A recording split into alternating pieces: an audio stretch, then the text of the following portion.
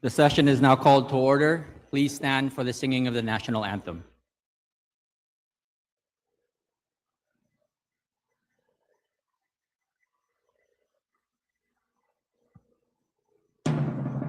Bayang magiliw, pelos ng silanganan, alam ng puso, sa dibdib mo'y buhay. Lupang hinirang, tuyak ka ng magiting, sa manlulupit, di ka pasisingil, sa dagat at bundok, sa simoy at sa langit mong bakaw, may nilang ang tula at awit sa paglayang minamahal. Ang isang ng watawat mo'y tagumpay na nagtitigil, ang bituin at araw niya kailanman ay magdidilim. Tupa ng araw ng warangit kong sikap, tuloy ay langit sa piling ko. Aming ligaya na pag may mga ating magmamatay ng dahil sa'yo. Please remain standing for the invocation to be led by Representative Jan Franz Norbert Joselito Chan. In the name of the Father, of the Son, of the Holy Spirit. Almighty God, our Father, as we begin another day in the service of our nation, we come before you with humility and gratitude. We thank you for the privilege of representing our fellow Filipinos. Out of more than 100 million citizens, each of us has been entrusted with a rare responsibility to help shape the future of our republic. Lord, remind us that the work we do in this chamber is greater than ourselves. The bills we pass, the budgets we approve, the policies we debate, and the oversight we exercise will be felt not only today, but by generations yet to come. Long after our names are forgotten, the consequences of our decisions may still be shaping the lives of Filipino families. Grant us, therefore, the wisdom to think beyond the next headline, the next election, or the next political victory. Help us think instead of the nation we hope to leave behind. Give us the courage to choose what is right over what is easy. Give us the discipline to study the issues before us carefully and the humility to recognize that good ideas can come from any corner of this house. Teach us to disagree without hatred, to debate without disrespect, and to work together without surrendering our principles. Remind us that while we may come from different regions, parties, and beliefs, we all share one flag, one constitution, and one people to serve. Lord, let us never underestimate the power of a single act of public service. A law can change a life, a scholarship can change a family, a bridge can transform a community, a hospital can save a future, and a government that earns the trust of its people can help build a stronger nation for generations to come. May we always be worthy of the trust that has been placed in us. Bless us, O Lord. Bless every member of this house, our officers and employees, and all those who work tirelessly in service of the Filipino people. Bless our country, especially those who struggle, those who hope, and those who continue to believe in a better future for themselves and their children. And bless the Republic of the Philippines. May the work of our hands contribute in whatever small way to building a nation that is more just, more compassionate, and more worthy of the dreams of its people. In your holy name we pray. Amen. Maayong hapon ka natong tanan. Majority Leader. Mr. Speaker, I move to call the roll of members. The Secretary General is directed to call the roll of members. Roll call of members. Honorable Representatives. Abalos. Abante. Asidre. Acop. Acosta. Adyong. Advincula.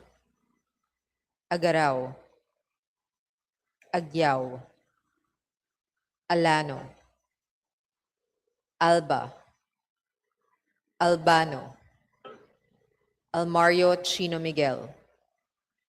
Almario Dennis. Almonte. Alvarez Jose. Alvarez Mercedes. Amante. Amatong. Ang. Angara. Angeles. Aquino. Aquino Magsaysay. Arbison Munir. Arbison Munir Jr. Arenas. Arrogancia. Asistio. Ataide. Aumentado. Ayon. Bagaw. Balindong. Banyas Nograles. Bangkoro. Barba. Barbers. Baronda. Barzaga. Bascub. Bautista Claude. Bautista Johan Monich. Bautista Lim. Beltran. Benitez Alfredo. Benitez Javier Miguel. Bernos Ching. Bernos JB. Biron. Bocobo. Bolilia. Bondok. Briones. Bulot Begtang. Cagas. Calderon. Calixto. Kawagdan. Cari. Castro. Caiton. Celeste. Sendanya. Ceniza. Chan Jan Franz Norbert Joselito Almario. Chan Junard. Chua. Chuatay. Chungalaw. Ko. Popular. Cojuangco Jaime Eduardo Mark. Cojuangco Mark. Poliantes. Corvera. Cruz Agatha. Cruz Ricardo. Cruzado. Pua. Dagook. Dalog. Dayanghirang. Daza. De Jesus. De Lima. De Venecia. Defensor. De Gamo. Del Mar. De Los Santos. Di Macuja. Di Maguila. Di Maporo Imelda. Di Maporo City Amina. Diokno. Dionisio. Domingo. Dumogan. Duterte Harold James. Duterte Omar Vincent. Duterte Paulo. D. Faustino. D. Faustino Michael Carlos. D. Ian Paul. Elago. Emano. Enverga. Erice. Escudero. Espares. Espina. Estrella. Ferrer Antonio. Ferrer Jeffrey. Flores. Cortez. Frasco. Fresnedi. Puentebella. Galang. Galeos. Garbin. Garcia Albert. Garcia Dante. Garcia Jose Arturo. Garcia Karen Hope.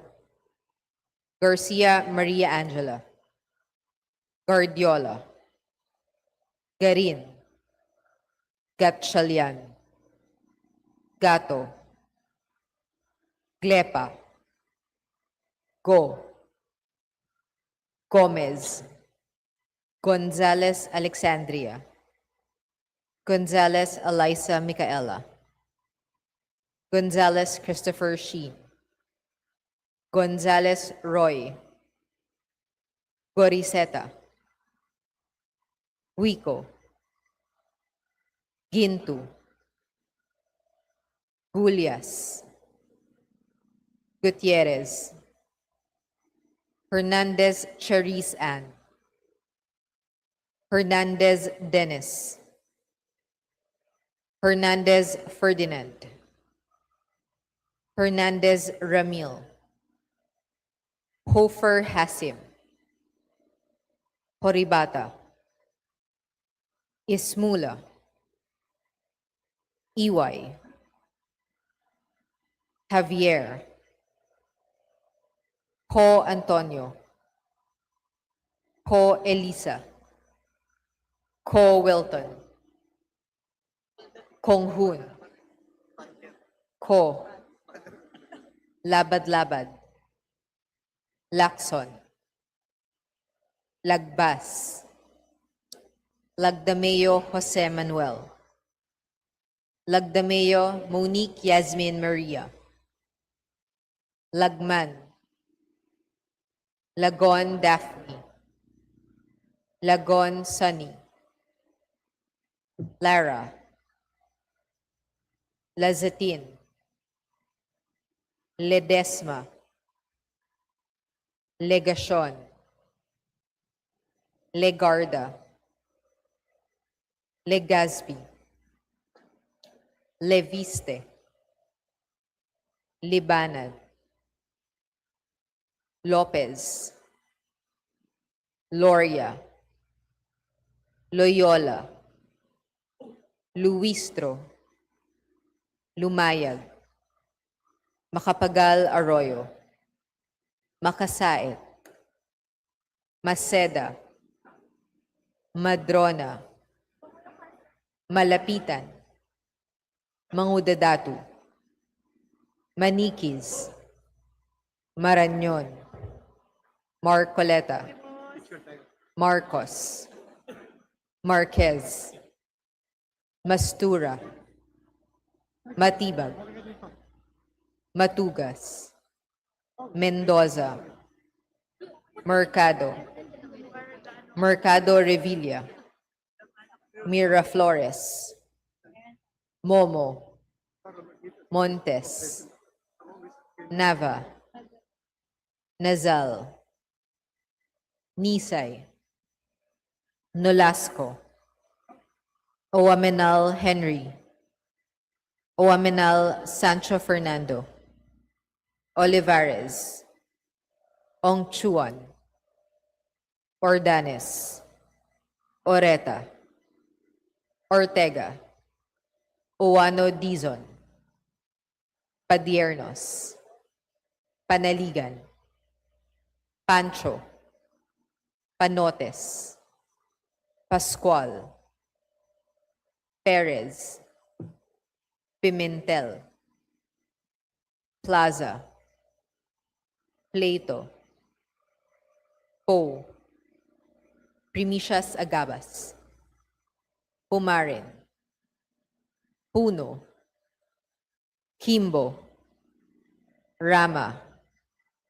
Recto, Regencia, Remulia, Revilla Brian, Revilla Ramon Jolo, Ridon, Rivera, Robes, Rodriguez Eulogio, Rodriguez Maximo, Rodriguez Rufus, Roman, Romualdez Andrew Julian, Romualdez Ferdinand Martin, Romualdez Yeda Marie, Romualdo, Romulo, Roque, Sagarbaria, Sakaluran, Salceda, Sally, Salvacion, Salvador, Salvame, San Fernando, Santos Maria Alana Samantha, Santos Mark Anthony, Shimura, Singson Richelle, Singson Ronald, Singson Mihan, Solon, Soriano, Suwan, Swansing Bella Vanessa, Swansing Micaela Angela, Suarez, Suntay, Talyado, Tan Amon, Tan Joseph, Tan Keith Micah, Tan Reynolds Michael, Tan Samir, Tan Stephen James, Tan Shai, Tan Watko, Toriela, Teodoro, Tereng, Teves, Tiangco, Tieng, Tino, Tolentino, Tuan, Tulfo Jocelyn, Tulfo Ralph Wendell, Tupas, Tutor, T, Umali, Ungab, Uy De Carlo, Uy Roberto, Valeriano, Vargas, Vargas Alfonso, Veloso, Veloso Tuazon, Vergara, Villa, Villafuerte Miguel Luis, Villafuerte Vincenzo Renato Luigi, Villanueva, Villarica, Violago, Yamsuan, Yap Arthur, Yap Christopherson, Yap Eric, Yap John Gisnell, Yatko, Inares, U. Jazel Victoria, U. Joseph Kim, Yulo, Zamora Maria Carmen, Zamora Isabel Maria, Zubiri,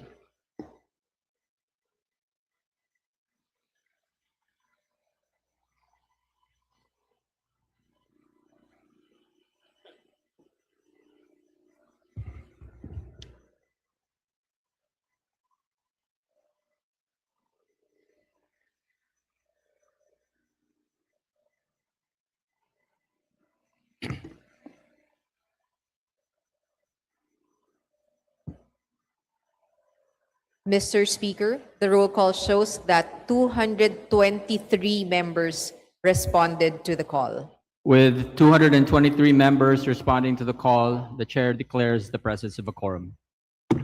Majority Leader. Mr. Speaker, I move to defer the reading and approval of the journals of previous sessions. Is there any objection? Chair hears none. The motion is approved. Majority Leader. Mr. Speaker, I move to proceed with the reference of business and request that the Secretary General be directed to read the titles of bills and resolutions on first reading, as well as communications and committee reports. Is there any objection? The chair hears none. The Secretary General is directed to read the titles of bills and resolutions on first reading, as well as communications and committee reports for referral to their appropriate committees. Reference of business. Bills on first reading. House Bill number 9384, an act institutionalizing climate literacy and sustainability education at all levels of the Philippine education system, appropriating funds therefore and for other purposes, by Representatives Swansing Bella Vanessa, Chan Jan Franz Norbert Osilito, and Labad Labad. The Committee on Basic Education and Culture and the Committee on Higher and Technical Education. House Bill number 9385, an act renewing for another 25 years the franchise granted to the Primax Broadcasting Network, Inc. under RA 8134, entitled An Act Granting the Primax Broadcasting Network, Inc. a franchise to construct, install, operate, and maintain radio and television broadcasting stations in the Philippines, by Representatives Lagdameo, Munique, Yasmin Maria. to the Committee on Legislative Franchises, House Bill number 9386, an act reconstituting the Philippine Racing Commission into the Philippine Racing Corporation and for other purposes, by Representative De Jesus. to the Committee on Games and Amusements, House Bill number 9389, an act standardizing the documentary stamp tax on horse racing tickets, amending Section 190 of RA 8424, otherwise known as the National Internal Revenue Code of 1997 as amended, Section 6 of RA 7978, and Section 10A1 of RA 11649, and for other purposes, by Representative De Jesus. to the Committee on Ways and Means, House Bill number 9392, an act increasing the benefits of barangay officials, including barangay tanots and members of the Lupong Tagamamayapa, granting a lump sum retirement gratuity pay equivalent to 100,000 pesos, providing other non-monetary benefits, amending for the purpose Section 393 of RA 7160, otherwise known as the Local Government Code of 1991 as amended, by Representative Olivares. to the Committee on Local Government, House Bill number 9393, an act instituting a national comprehensive program on autism spectrum disorder and for other purposes, by Representative Olivares. to the Committee on Health and Special Committee on Persons with Disabilities, House Bill number 9394, an act promoting the inclusive development and well-being of children with special needs, providing for comprehensive support systems and for other purposes, by Representative Olivares. to the Committee on Welfare of Children, House Bill number 9395, an act strengthening transparency, accountability, and digital literacy to combat disinformation, misinformation, malinformation, and coordinated inauthentic behavior online, recognizing an independent multi-sectoral ethical body without infringing on freedom of speech and the press and for other purposes, by Representative Olivares. to the Committee on Public Information and the Committee on Information and Communications Technology, House Bill number 9396, an act establishing a satellite campus of the Visayas State University in Javier, Leyte, by Representative Kari. to the Committee on Higher and Technical Education, House Bill number 9398, an act regulating the production, importation, sale, distribution, provision, use, recovery, collection, recycling, and disposal of single-use plastic products, by Representative Colliantes. to the Committee on Ecology, House Bill number 9399, an act revising the charter of the Philippine Normal University, declaring it as the National University for Teacher Education and for other purposes, by Representatives Romualdez Ferdinand Martin, Romualdez Yademarie, and Isidre. to the Committee on Higher and Technical Education, House Bill number 9400, an act providing priority employment opportunities for barangay officials who have completed their terms of office in LGUs and national government agencies, subject to civil service eligibility and for other purposes, by Representative Plato. to the Committee on Civil Service and Professional Regulation, House Bill number 9401, an act providing comprehensive government support and benefits for children with critical illnesses and for other purposes, by Representative Plato. to the Committee on Health, House Bill number 9402, an act declaring May 20 of every year a special non-working holiday in the municipality of Tudela, province of Cebu, in commemoration of its founding anniversary, by Representative Frasco. to the Committee on Local Government, House Bill number 9403, an act revising the charter of the Philippine Normal University, declaring it as the National University for Teacher Education and for other purposes, by Representatives Sendanya, Diokno, Ismula, and Bagao. to the Committee on Higher and Technical Education, House Bill number 9404, an act providing for the employment of nurses, assigning at least one registered nurse for every unserved or underserved barangay in the Philippines, and for other purposes, by Representative Zamora Isabel Maria. to the Committee on Local Government, House Bill number 9405, an act amending RA 8178 as amended to restore the regulatory and stabilization functions of the National Food Authority, strengthen direct farmer subsidies, ensure the active participation of civil society and people's organizations, and for other purposes, by Representatives Ismula, Diokno, Sendanya, and Bagao. to the Committee on Agriculture and Food, House Bill number 9406, an act imposing windfall profits tax on petroleum companies and aggregate retailers during national energy emergency and for other purposes, by Representative Suwan. to the Committee on Ways and Means, House Bill number 9407, an act granting civil service eligibility to long-term casual employees in government, creating special permanent positions, providing for appropriations and for other purposes, by Representatives Chan, John, Franz Norbert Osilito, and Garbin. to the Committee on Civil Service and Professional Regulation, House Bill 9408, an act strengthening flexibility in beneficiary designation and expanding retirement benefit options under the SSS, amending for the purpose RA 11199, otherwise known as the Social Security Act of 2018, by Representatives Chan, Dan, Franz, Norbert Tosilito, and Garbin. to the Committee on Government Enterprises and Privatization, House Bill number 9409, an act institutionalizing a national coaches and trainers registry and certification program under the Philippine Sports Commission and the TESDA, providing standards for basic safety and sports competency certifications and for other purposes, by Representative Singson Mihan. to the Committee on Youth and Sports Development, House Bill 9410, an act removing VAT and other national taxes imposed on electricity consumption, amending for the purpose the National Internal Revenue Code of 1997 as amended, and other related laws to provide zero electricity tax on residential consumers and for other purposes, by Representative Barzaga. to the Committee on Ways and Means, House Bill number 9411, an act protecting senior citizens from various forms of fraud through information dissemination and providing mechanisms therefore, by Representative Nisay. to the Committee on Senior Citizens, House Bill number 9412, an act penalizing the malicious and deliberate dissemination of false information that undermines public order or national security, strengthening regulations on fake news through digital platforms and for other purposes, by Representative Nisay. to the Committee on Public Information and the Committee on Information and Communications Technology, House Bill number 9413, an act providing for a free financial education to OFWs and their families, by Representative Nisay. to the Committee on Overseas Workers Affairs, House Bill number 9414, an act declaring the University of Eastern Philippines as a national university for sustainability studies and appropriating funds therefore, by Representative Asidre. to the Committee on Higher and Technical Education, House Bill number 9415, an act strengthening social protection and support for parents and primary caregivers of children with disabilities, providing benefits and privileges, appropriating funds therefore and for other purposes, by Representative Lopez. to the Special Committee on Persons with Disabilities, House Bill number 9416, establishing the Bugalion Medical Center in the Municipality of Bugalion, Province of Pangasinan, by Representative Kongwangko Mark. to the Committee on Health, House Bill number 9417, an act recognizing and regulating the use of motorcycles as PUVs and for other purposes, by Representative De Lima.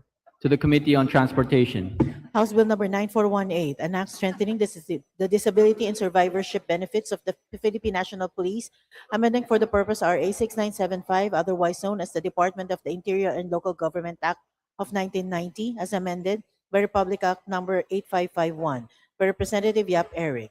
to the Committee on Public Order and Safety, House Bill number 9419, an act granting a 10-day bereavement leave with full pay to all employees in the private and public sectors and for other purposes, by Representative Yap Eric.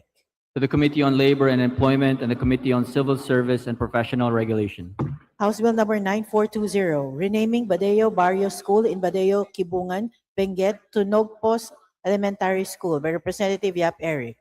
to the Committee on Basic Education and Culture, House Bill number 9421, renaming Lanipio Barrio School in Takadang, Kibungan, Benguet to Junicio Aligang Elementary School, by Representative Yap Eric.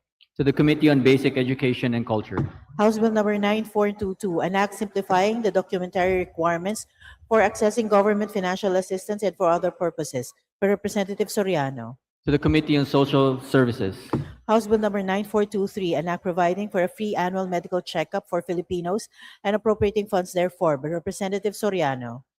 to the Committee on Health, House Bill number 9424, an act establishing a national patient navigation and referral system to strengthen healthcare delivery and delivery systems and appropriating funds therefore, by Representative Soriano.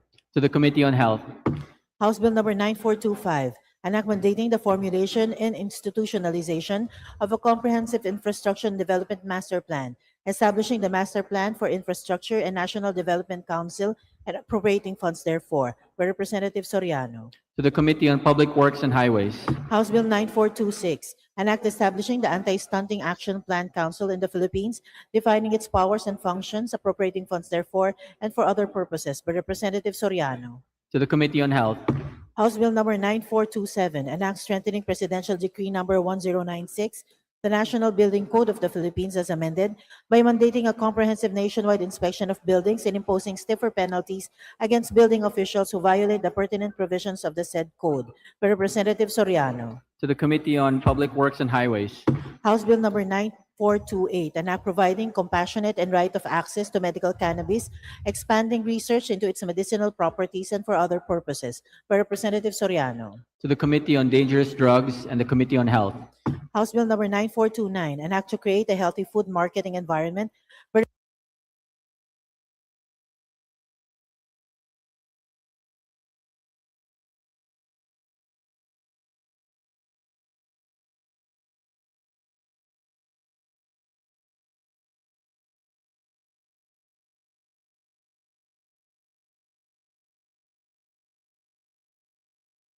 House Bill number 9430, an act providing for a mandatory immunization program, repealing for the purpose RA 10152, otherwise known as the Mandatory Infants and Children Health Immunization Act of 2011. By Representative Acop. to the Committee on Health, House Bill number 9431, an act conferring the cadets of the PNPA the status of government employee, granting salaries, benefits, and privileges. By Representative Acop. to the Committee on Public Order and Safety, House Bill number 9432, an act providing for a national government initiative for teeth and innovative oral health care, thereby strengthening RA 1082 and providing funds therefor. By Representative Acop. to the Committee on Health, House Bill 9433, an act providing for the modernization of the public health emergency preparedness and response capabilities, establishing for this purpose the Center for Disease Prevention and Control, and appropriating funds therefor. By Representative Acop. to the Committee on Health, House Bill 9434, an act granting Philippine citizenship to Athena Roberts by Representative D. Faustino Michael Carlos. to the Committee on Justice, House Bill 9435, an act strengthening local sports programs to develop young athletes and appropriating funds therefor by Representative D. Faustino Michael Carlos. to the Committee on Health and Sports Development, House Bill 9436, an act declaring October of every year as the National Esports Month by Representative D. Faustino Michael Carlos. to the Committee on Youth and Sports Development, House Bill 9437, an act strengthening the protection and welfare of animals, repeating for this purpose RA 8485 as amended by RA 10631, otherwise known as the Animal Welfare Act of 1998 by Representative Degamo. to the Committee on Agriculture and Food, House Bill 9438, an act institutionalizing the establishment of 24/7 public libraries or learning hubs in all cities and clustered municipalities in the country to provide safe, sustainable, and accessible public study spaces and for other purposes by Representative Degamo. to the Committee on Basic Education and Culture, House Bill 9439, an act enhancing the resiliency and adaptability of farmers to adverse weather and climate events by institutionalizing the use of crop climate calendars, equipping farmers for climate-sensitive decision-making, and providing access to localized weather and climate information by Representative Degamo. to the Committee on Agriculture and Food, House Bill 9440, creating a Community Environment and Natural Resources Office in Badian, Cebu to cater to environmental and natural resources matters in the 7th District of Cebu by Representative Calderon. to the Committee on Natural Resources, House Bill 9441, renaming the Lapu-Lapu City District Hospital in the city of Lapu-Lapu to Lapu-Lapu City Hospital by Representative Chan Junard. to the Committee on Health, House Bill 9442, renaming the Santa Rosa Community Hospital located in Olango Island, Lapu-Lapu City to Lapu-Lapu City Hospital, Olango by Representative Chan Junard. to the Committee on Health, House Bill 9443, an act strengthening open data governance and disaster resilience through the institutionalization of Open Data Philippines and for other purposes by Representative Garcia Karen Hope. to the Committee on Information and Communications Technology, House Bill 9444, an act amending RA 10121, otherwise known as the Philippine Disaster Risk Reduction and Management Act of 2010 by institutionalizing a mandatory annual community-level evacuation drill and readiness program and for other purposes by Representative Garcia Karen Hope. to the Committee on Disaster Resilience, House Bill 9445, an act strengthening RA 11223, otherwise known as the Universal Healthcare Act, by institutionalizing telehealth services, establishing rural telehealth centers, and providing community-based training programs for indigenous and rural health workers by Representative Garcia Karen Hope. to the Committee on Health, House Bill 9446, an act modernizing the definition of rape, strengthening protection against sexual violence, and rationalizing penalties by Representative Garcia Karen Hope. to the Committee on Revision of Laws, House Bill 9447, an act strengthening health and policy-based responses to violence against women and children by mandating the establishment of women and children protection units and desks nationwide, appropriating funds therefor and for other purposes by Representative Garcia Karen Hope. to the Committee on Health, House Bill 9448, an act strengthening the protection of children's personal data in digital and online environments amending for the purpose RA 10173, otherwise known as the Data Privacy Act of 2012 by Representative Garcia Karen Hope. To the Committee on Welfare of Children. House Bill 9449, an act regulating the malicious use of synthetic media and deepfakes, providing civil remedies and criminal penalties, therefore establishing content-neutral platform obligations, and for other purposes, by Representative Garcia Karen Hope. To the Committee on Information and Communications Technology.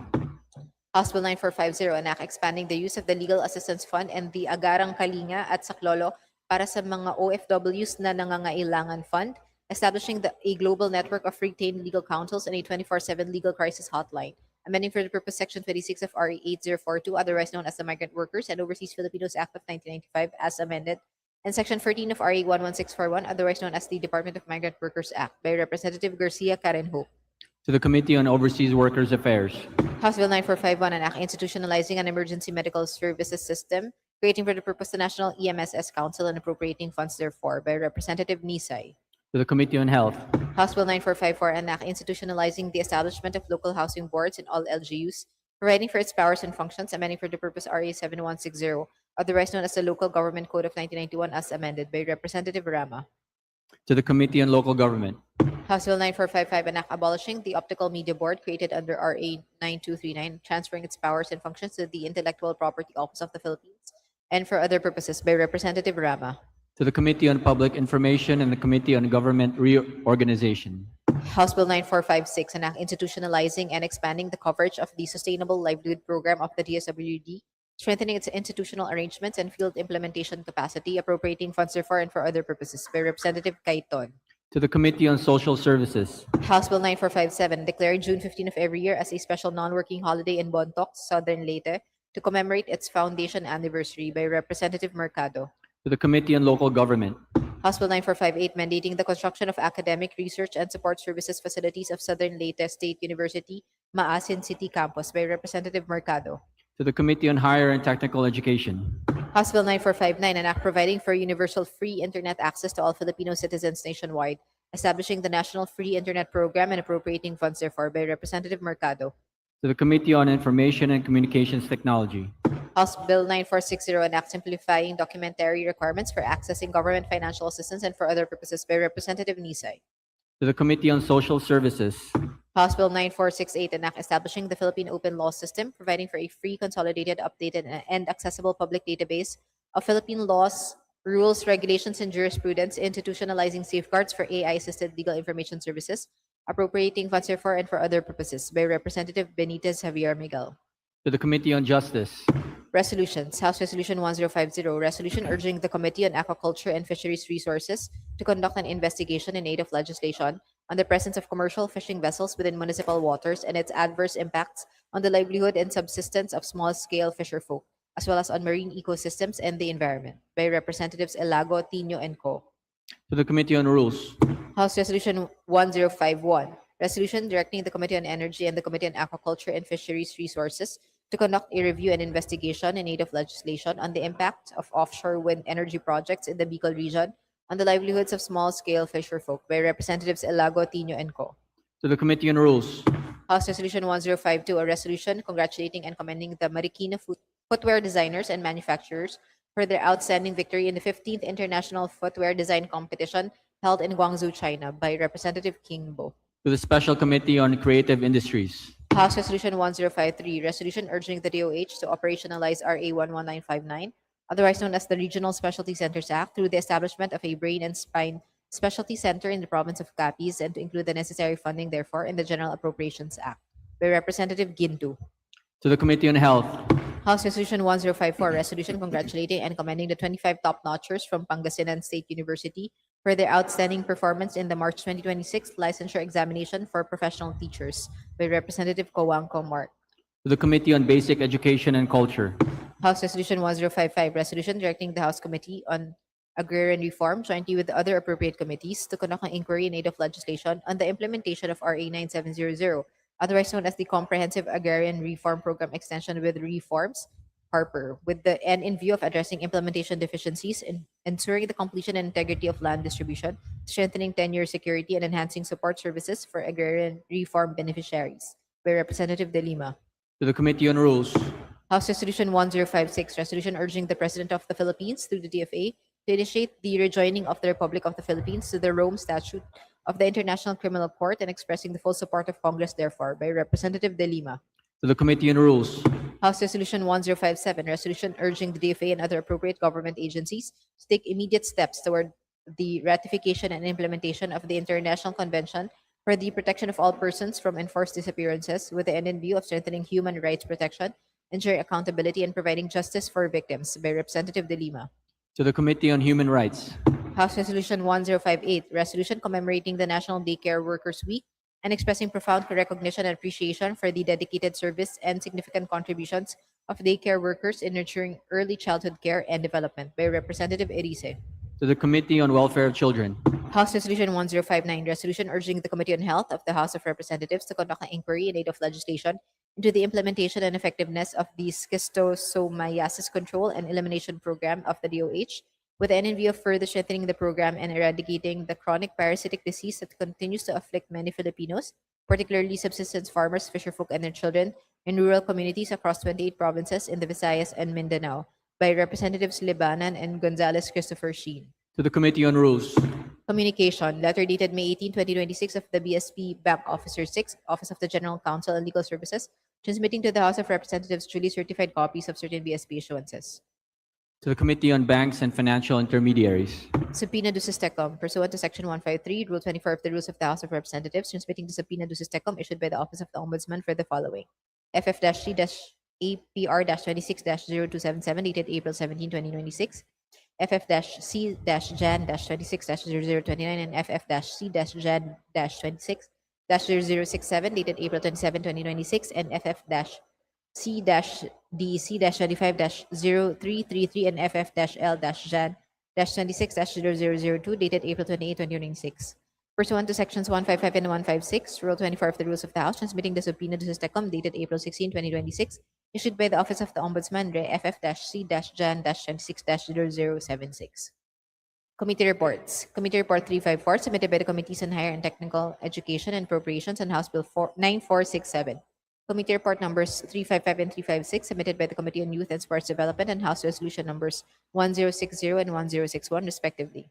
Committee Report numbers 357, 358, 359, 360, 361, 362, 363, 364, 365, 366, 367, 368, 369, 370, 371, 372, 373, 374, 375, 376, 377, 378, 379, 380, 381, 382, 383, 384, 385, 386, 387, 388, 389, 391, 392, 393, 394, 395, 396, 397, 398, 399, 400, 401, 402, 403, 404, 405, 406, 407, 408, 409, 410, 411, 412, 415, 416, submitted by the Committees on Tourism and Appropriations on House Bill numbers 9479, 9480, 9481, 9482, 9483, 9484, 9485, 9486, 9487, 9508, 9509, 9510, 9511, 9512, 9514, 9515, 1670, 1671, 1673, 9516, 9517, 9518, 9519, 9520, 9523, 9524, 9525, 9526, 9527, 9528, 9529, 9530,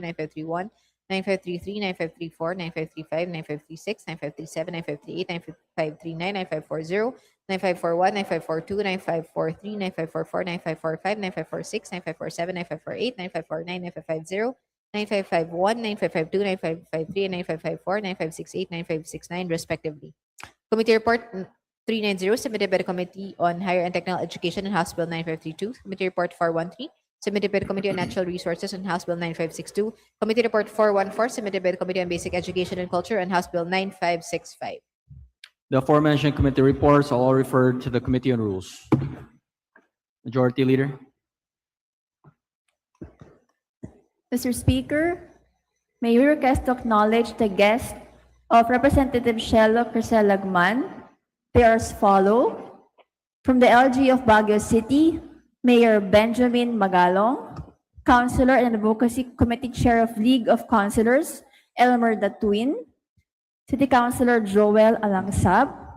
From the Smoke-Free Task Force of Baguio City, Celia Flor Brillantes, City Health Officer, Daryl Kim Longid, Public Order and Safety Division Chief, Rufino K. Madlon, Community Enforcement Coordinator, Donabel Panes, Tobacco Control Program Coordinator, Albert M. Payan, Engineer and Chief Environmental and Sanitation Division, Joshua Daniel Rivera, Communication Management Officer.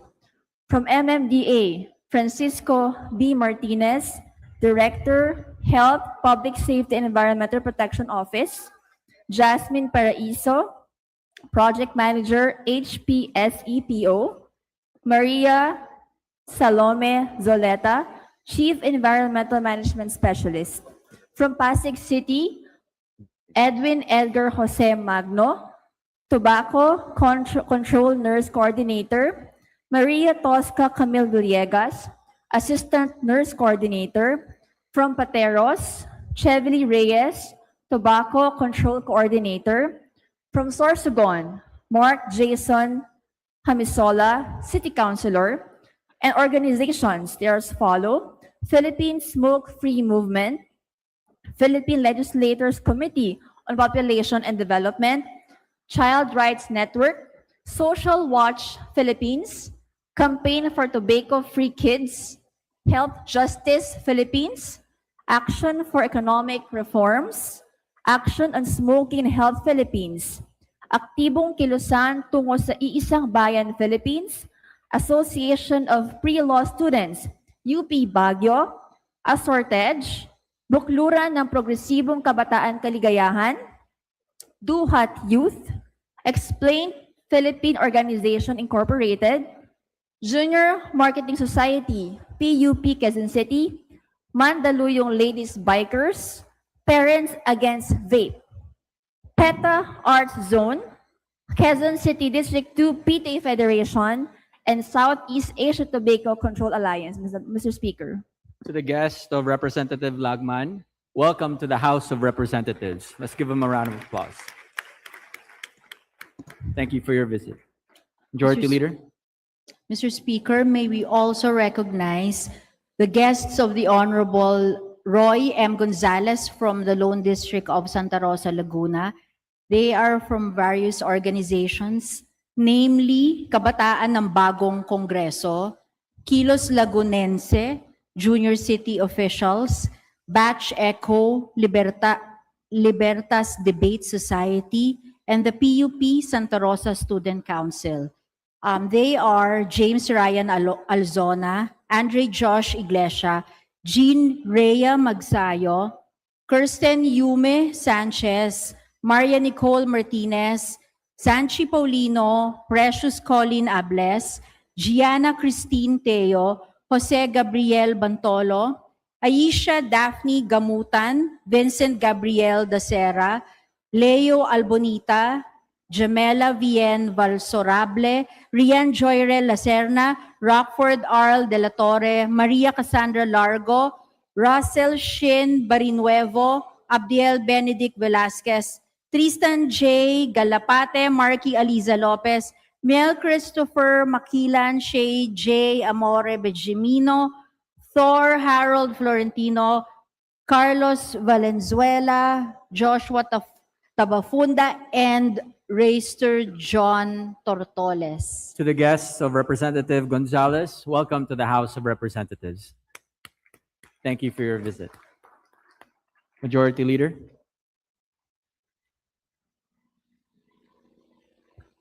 Mr. Speaker, may we also recognize the guests of Honorable Ruth Magondadato Sakaluran, Representative 1st District Sultan Kudarat, the Sangguniang Kabataan Chairpersons from the Municipality of Isulan, Province of Sultan Kudarat.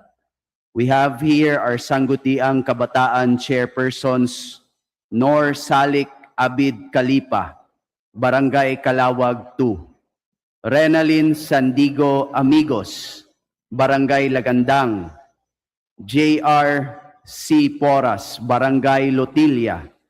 Jeboy Bulion Fuentes Pina, Barangay Tayugo. Shaima Silongan Sendad, Barangay Lagilayan. Apple May Legario Leguesen, Barangay Impao.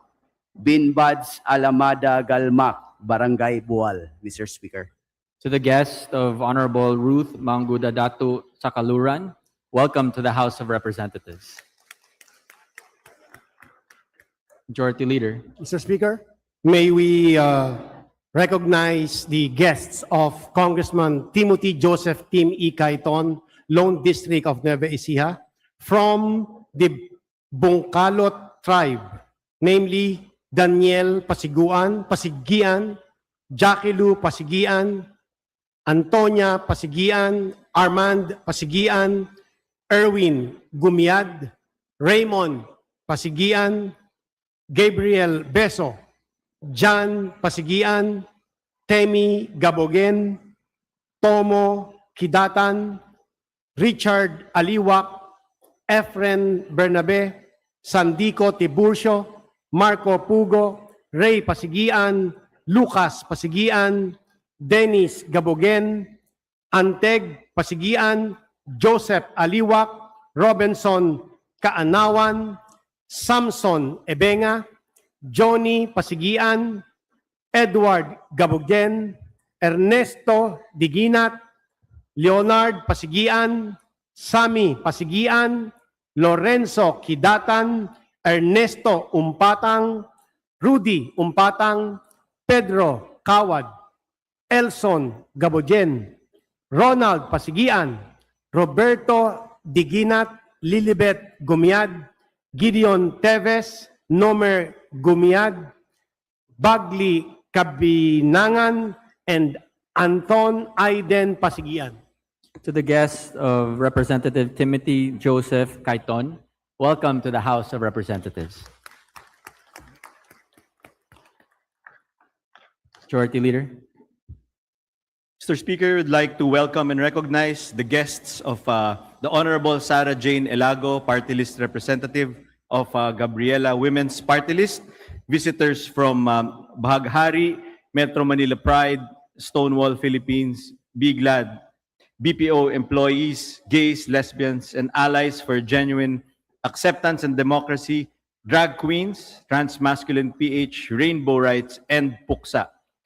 These are the following: Angel Teresa, Faith Christine Bengero, Maxine Santos, Rowelyn Altura, Carla Nicoco, John Edgy Maglano, Mark Daniel Bolima, Randy Goyapal, Bernardo Abraham, Clyde Altar, Corina Espadilla, Eleazar Anaya, Wilmer Mateo Jr., Rustom Lamundao, Blue Jared de Dedicatoria, Makyo Katekista, Kim Manalo, Gian Matthew Rebulado, Gabriela Shilang, TSN Drag, Valentino Maximo, and Pura Luca Pega.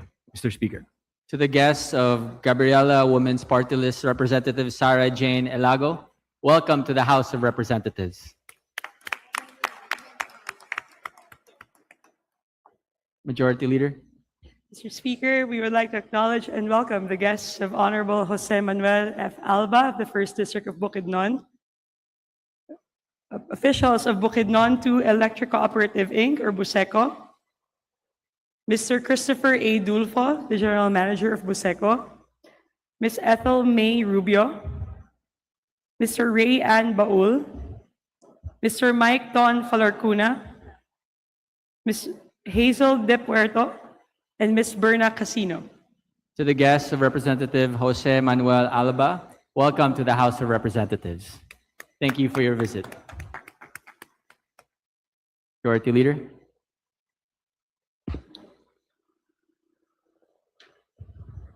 Mr. Speaker, pursuant to our rules, today being a Monday, I move to open the privilege hour. Is there any objection? The chair hears none. The chair declares a privilege hour. Majority Leader. Mr. Speaker, I move to recognize the Honorable Laila M. De Lima of ML Party List to avail of the privilege hour. Representative De Lima is recognized. Please proceed. Thank you, Mr. Speaker.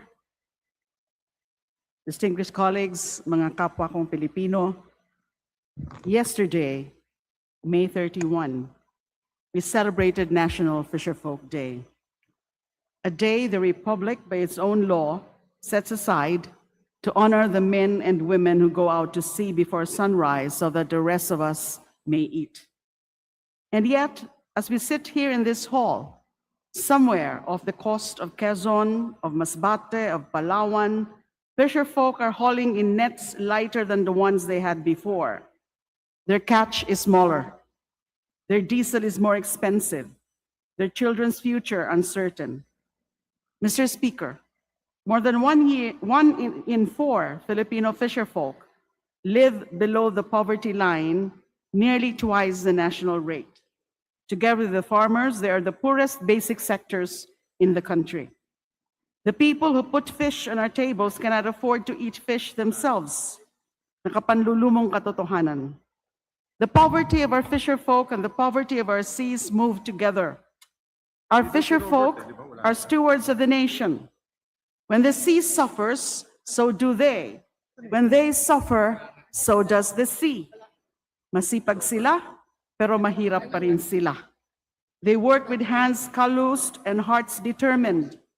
Yet poverty follows them like the tide. Meron silang ambisyon para sa kanilang pamilya, pero kailangan unahin ang kanilang pang-araw-araw na gastusin. Their dreams for tomorrow clash with the hunger of today. Maaring pagsabayin ang pangarap at ginhawa, Mr. Speaker. At tungkulin din natin gawing ito totoo para sa kanila. Dreams and dignity need not compete. The law must make this possible. Mahirap po sila dahil ang sistemang dapat sana ay pumoprotekta sa kanila ay umiiwas ng tingin. Institutions look away. Officials look away. The law itself is rendered powerless by the silence of those who soar to enforce it. Ang mga tao't institusyon may tungkuling ipagtanggol ang mga karapatan nila sa karagatan, sa trabaho at sa disenteng pamumuhay ay patuloy silang pinababayaang madala na lamang ng agos ng kahirapan at karahasan. Madam Speaker, or Mr. Speaker, I ask my colleagues to look at this map. These red dots represent detections of apparent commercial fishing activity. While not conclusive on their own, they point to a serious concern that some of this activity is occurring within municipal waters, the 15-kilometer zone supposedly reserved for small-scale fisher folk. In March of this year alone, 3,853 alleged intrusions were recorded, the highest monthly total in at least 5 years. On average, more than 70 violations every single day. A visible record of a law being broken openly, repeatedly, at scale, while small fisher folk sa kanilang maliit na bangka watch their livelihood disappear into bigger vessels' holds. The state sees these dots too. We have the satellites. We have the vessel monitoring data. We have the fisheries code. We have 10 years of Republic Act 10654, otherwise known as an act to prevent, deter, and eliminate illegal, unreported, and unregulated fishing. Nandyan ang batas. Lacking is the courage to enforce it. No political will. The silence of institutions is never neutral. Silence is a choice. And in the case of our fisher folk, silence does not serve them. Silence enables their abuse and suffering. Silence amplifies their hunger and poverty. Mr. Speaker, 87% of our marine fisheries are classified as overfished.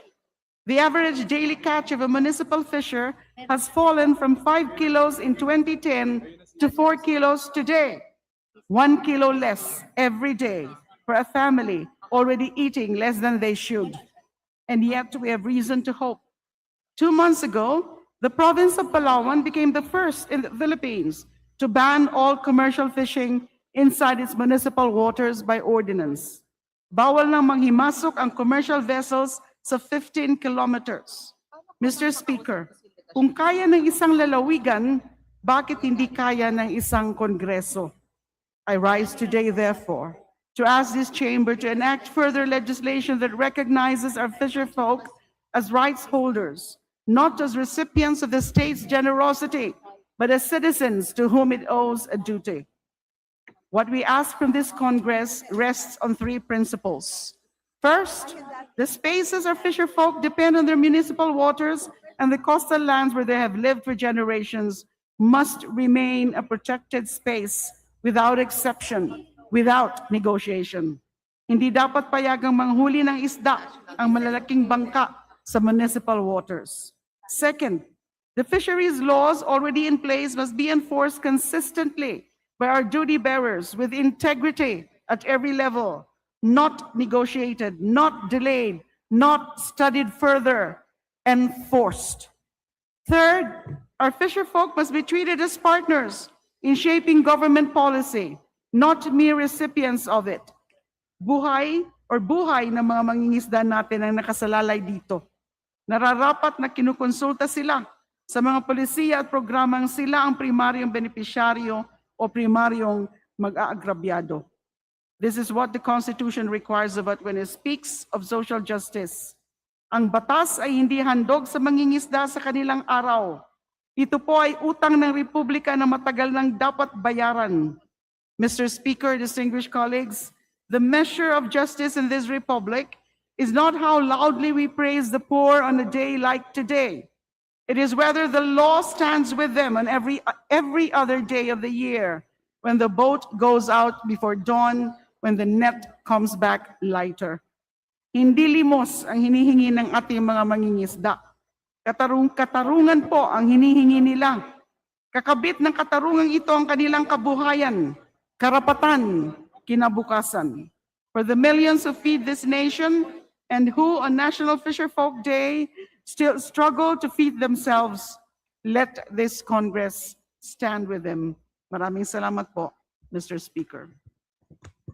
Thank you very much. Majority Leader.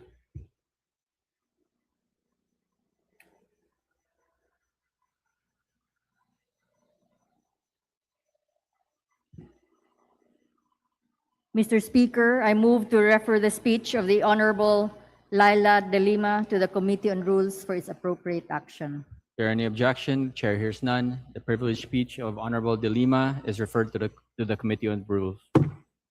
Majority Leader. Mr. Speaker, I move to recognize Representative Nelson Legacion from the 3rd District of Camarines Sur for his privileged speech. Representative Nelson Legacion is recognized. Please proceed. Mr. Speaker, my dear colleagues, good afternoon. I rise today on a matter of personal and professional privilege. I rise to speak about a personal commitment to ensure that the lessons I learned while wading through the flooded streets of Naga are translated into meaningful legislative action, not only for the 3rd District and the entire province of Camarines Sur, but also for the entire country. Before serving as the representative of the 3rd District of Camarines Sur, I served as the City Mayor of Naga for 2 terms, from 2019 to 2025. I therefore know the sleepless nights of a local chief executive when typhoons come, more so when the rain does not stop, when areas start flooding. Alam naman nating lahat na parte ng klima sa Pilipinas ang tag-ulan mula Hunyo hanggang Hulyo at minsan nga ay umaabot pa hanggang Setyembre o Oktubre.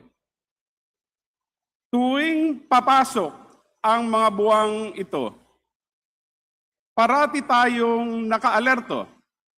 However, the truth is the real work of flood control should be happening long before the first drop of rain falls. I have always been a firm believer that clean, unobstructed waterways are our best defense. Simple lang ang logic natin. Kung walang nakabara sa mga sapa at ilog, ang tubig ay may madadaluyan. This is not just a policy talking point for me, it is a lesson I carried with me from the ground up. In 2021, during my time as mayor and after 3 successive typhoons hit us during the last quarter of 2020, we launched a clearing operation of our waterways in Naga, including what we call as Sagup Creek. At that time, we were only able to make a real dent because we borrowed an amphibious excavator from the Department of Public Works and Highways. Nakita namin ang resulta.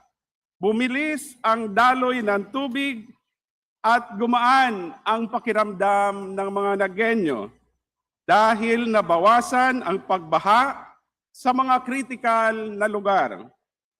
Pero ito ang masakit na katotohanan na kinakaharap ng bawat local government unit. In just 2 short years, balik sa dati. Bumalik ang water lilies, tumubo ulit ang mga ligaw na damo, at ang creek na pinaghirapan nating linisin ay barado na naman. It taught me that flood mitigation is not a one-time, big-time project. It requires periodic, consistent maintenance. Let me repeat that for emphasis. Flood mitigation is not a one-time, big-time project. It requires periodic, consistent maintenance. This concern is more relevant now than ever. We have seen significant momentum recently, particularly with the high-level inspection conducted last February by President Ferdinand Bongbong Marcos Jr. and DPWH Secretary Vince Dizon, alongside Naga City Mayor Lenny Robredo. This collaborative effort underscored the urgency of Uplan Kontra Baha, a multi-agency initiative focused on desilting and drainage rehabilitation to fortify our communities against future calamities. At present, the OKB operations are in full swing across Naga, targeting a number of critical waterways and drainage systems to ensure they are clear before the peak of the typhoon season. This comprehensive desilting effort is a massive undertaking, covering the very veins of our city's water management system.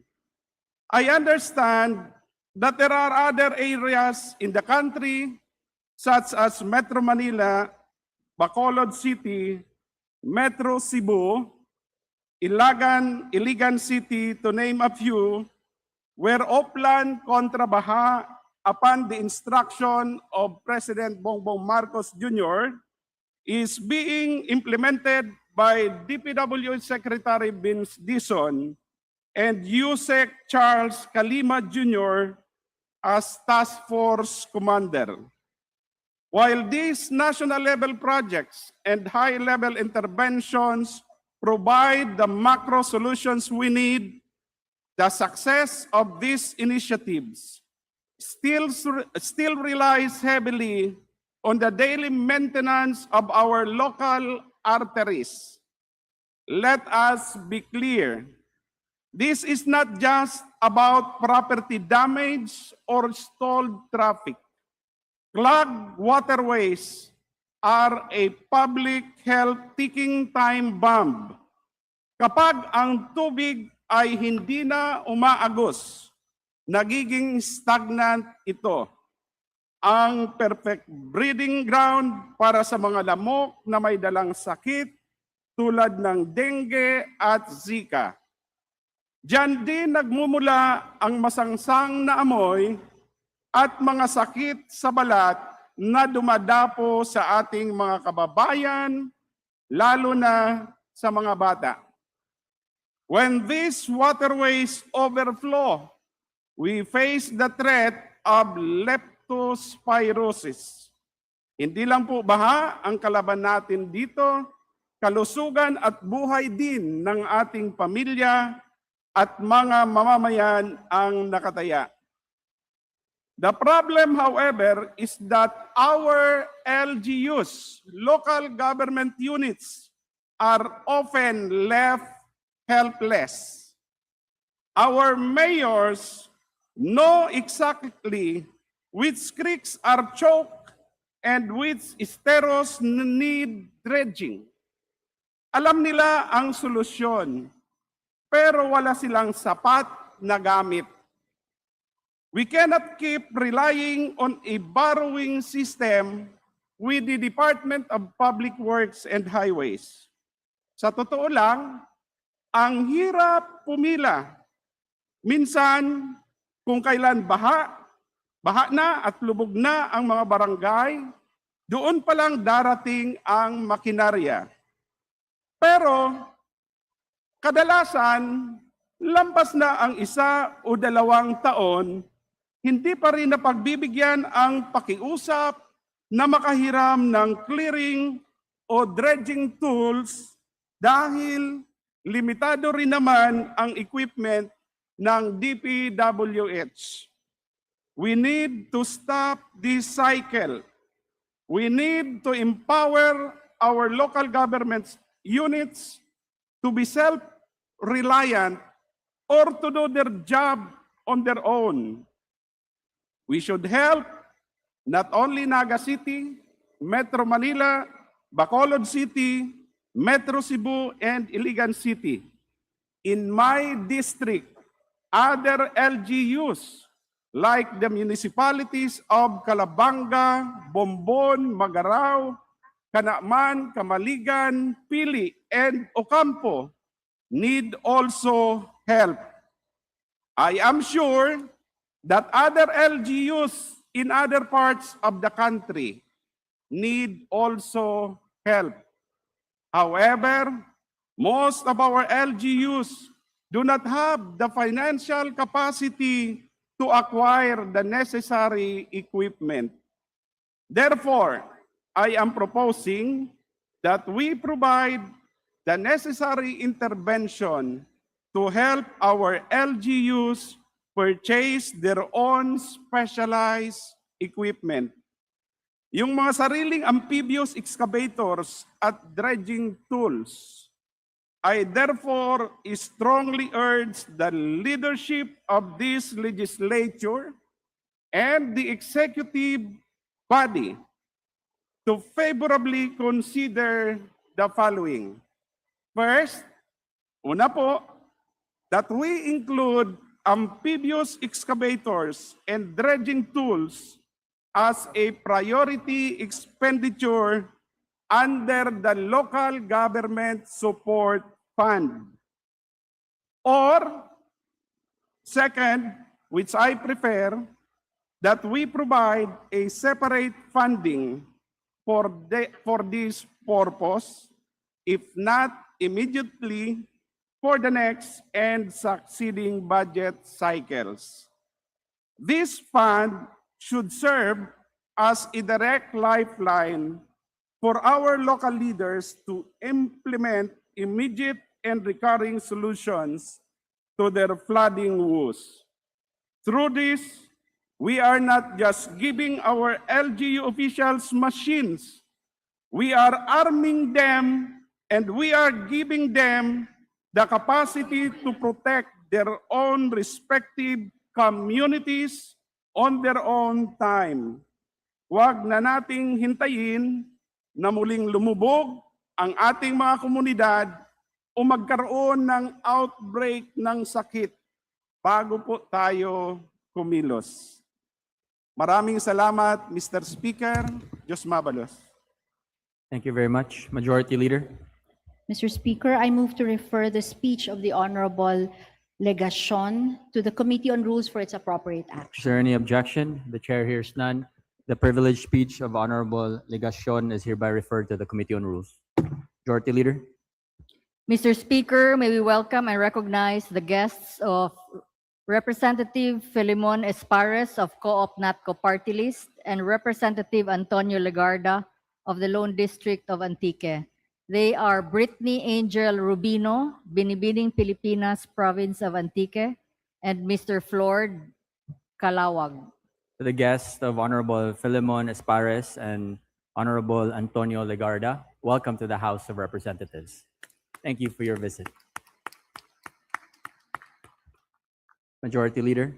Mr. Speaker, I move to recognize the Honorable Shelo Crisel Lagman of the 1st District of Albay to avail of the privilege R. Honorable Chelo Crisel Lagman is recognized. Thank you, Mr. Speaker. Honorable Speaker, distinguished colleagues, I rise today not only as a legislator, but also as a former practicing health professional, and as someone who has seen firsthand how preventable diseases continue to take root and proliferate in our communities. Today, June 1, we celebrate the beginning of the national observance of No Smoking Month. And so I think this is the best time to remind all of us about the ill effects of smoking. We are facing today a worsening public health crisis assaulting our homes, our schools, our communities, and unconscionably cutting short the lives of our young people. Tobacco use continues to claim more than 8 million lives globally every year, including over 1.3 million non-smokers exposed to secondary hand smoke. In the Philippines, the top 5 causes of death: ischemic heart diseases, neoplasms, cancer is a neoplasm, cerebrovascular diseases, including strokes and aneurysms, pneumonia, and diabetes mellitus are also among the top 10 tobacco-related diseases. And every year, tobacco kills around 112,000 Filipinos. Beyond the health risks, we must also take into account the associated social cost. Tobacco-related diseases do not only take lives, they disrupt families.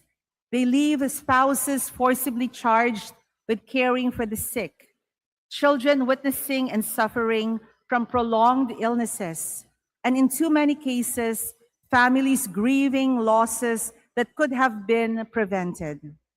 These are avoidable tragedies that needlessly cascade across generations. We all know the harm of tobacco and vape use does not end with the smoker. This is reflected in the latest data from the Global Adult Tobacco Survey 2021 and the Global Youth Tobacco Survey 2019. Among adults, around 2.5 million Filipinos are exposed to tobacco smoke in enclosed workplaces, while 4.2 million adults reported exposure in public transportation. Among the youth, 41.7% reported exposure to tobacco smoke inside enclosed public places. Clearly, exposure to secondhand smoke remains a daily reality for millions of Filipinos.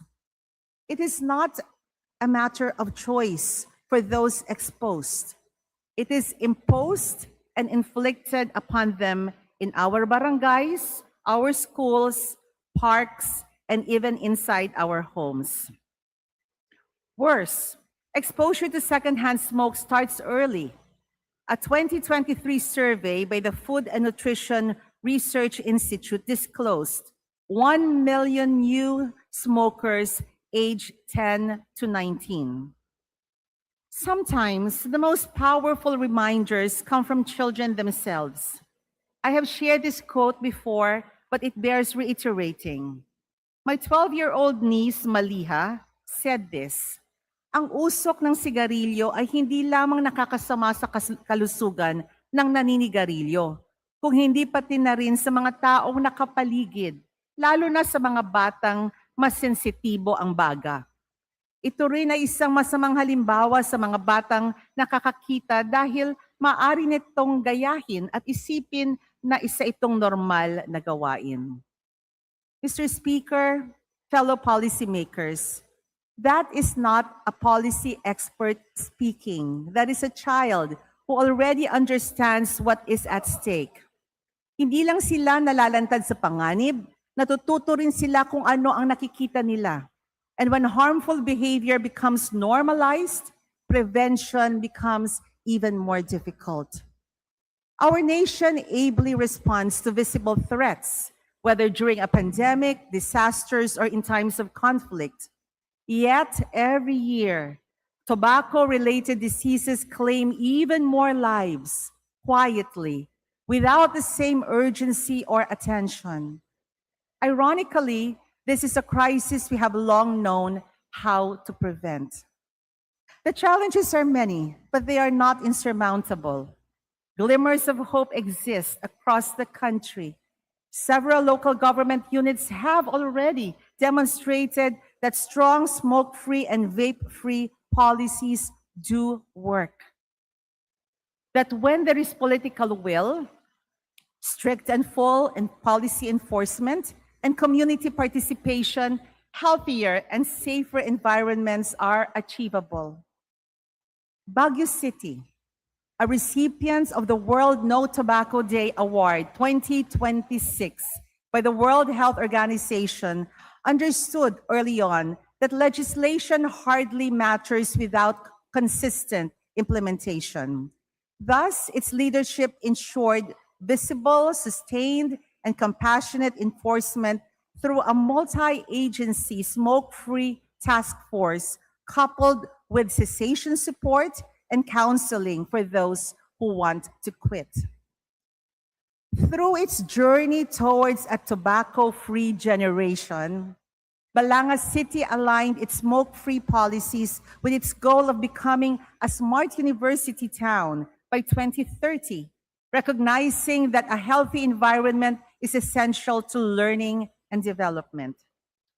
In Tabaco City, where I previously served as mayor, we achieved Hall of Fame status in the Department of Health's Red Orchid Awards in 2019 after receiving the award for 3 consecutive years, demonstrating the impact of sustained and consistent tobacco control efforts.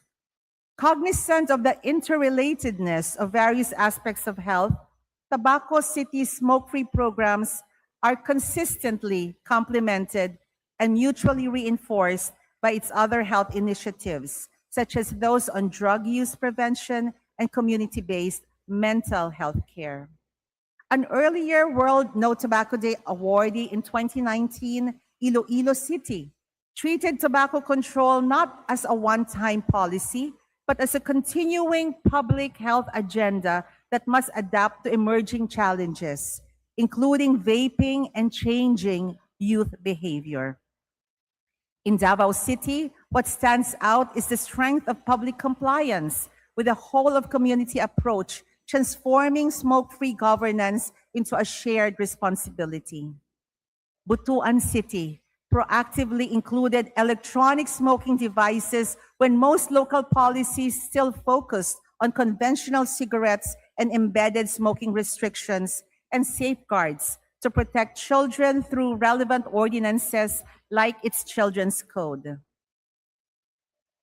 My dear friends and colleagues, in Baguio City, smoke-free governance is not just a policy, it is a culture.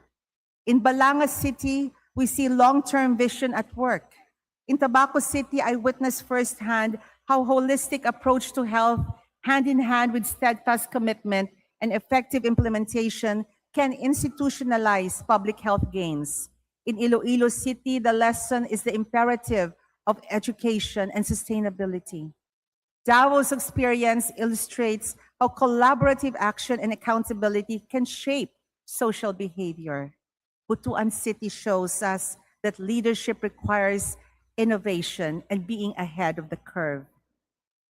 Mr. Speaker, honorable colleagues, these cities may differ in context, but their success is built on the same foundations: strong leadership, consistent enforcement, public education, community participation, protection of children and youth, and the recognition that tobacco use and vaping are not merely individual choices, but public health and development issues that demand urgent action.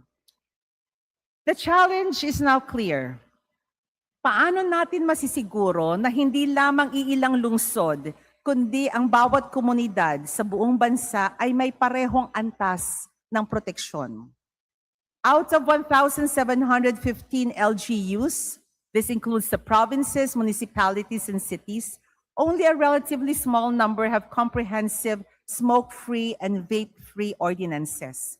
An even smaller number have these ordinances effectively enforced. This is why we must move beyond the local successes and begin nationalizing these gains. There is a pressing need for a comprehensive law to ensure that every Filipino, regardless of the location, breathes clean and healthy air. In the Philippines, tobacco-related diseases cost an estimated 210 billion pesos annually in healthcare and productivity losses.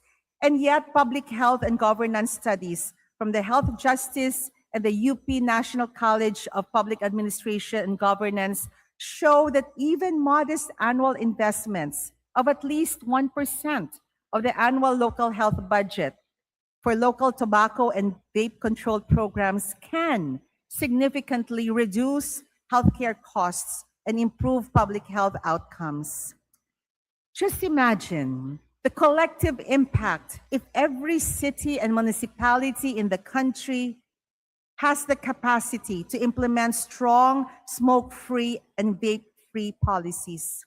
Imagine communities where children grow up without constant exposure to tobacco and vape use, where public spaces are genuinely smoke-free and vape-free, where workers are healthier and more productive, and where families are spared from preventable illnesses, catastrophic healthcare expenses, and unnecessary and preventable deaths. Mr. Speaker, distinguished colleagues, we are here not only as lawmakers, but as stewards of the future. The question before us is both simple and profound. Ano ang kinabukasan na nais natin para sa ating mga anak at sa susunod na salinglahi? Let us choose prevention over regret. Let us work together to ensure a smoke-free and vape-free environment where the next generations breathe clean air, live healthier lives, and fulfill hopes, achieve dreams, and reach their fullest potentials. And I challenge the House of Representatives to start this action. Diyos maabalos, maray na hapon po sa gabos. Thank you very much. Majority Leader. Mr. Speaker, I move to refer the speech of the Honorable Shelo Crisel Lagman to the Committee on Rules for its appropriate action. Is there any objection? Chair hears none. The privileged speech of Honorable Lagman is hereby referred to the Committee on Rules.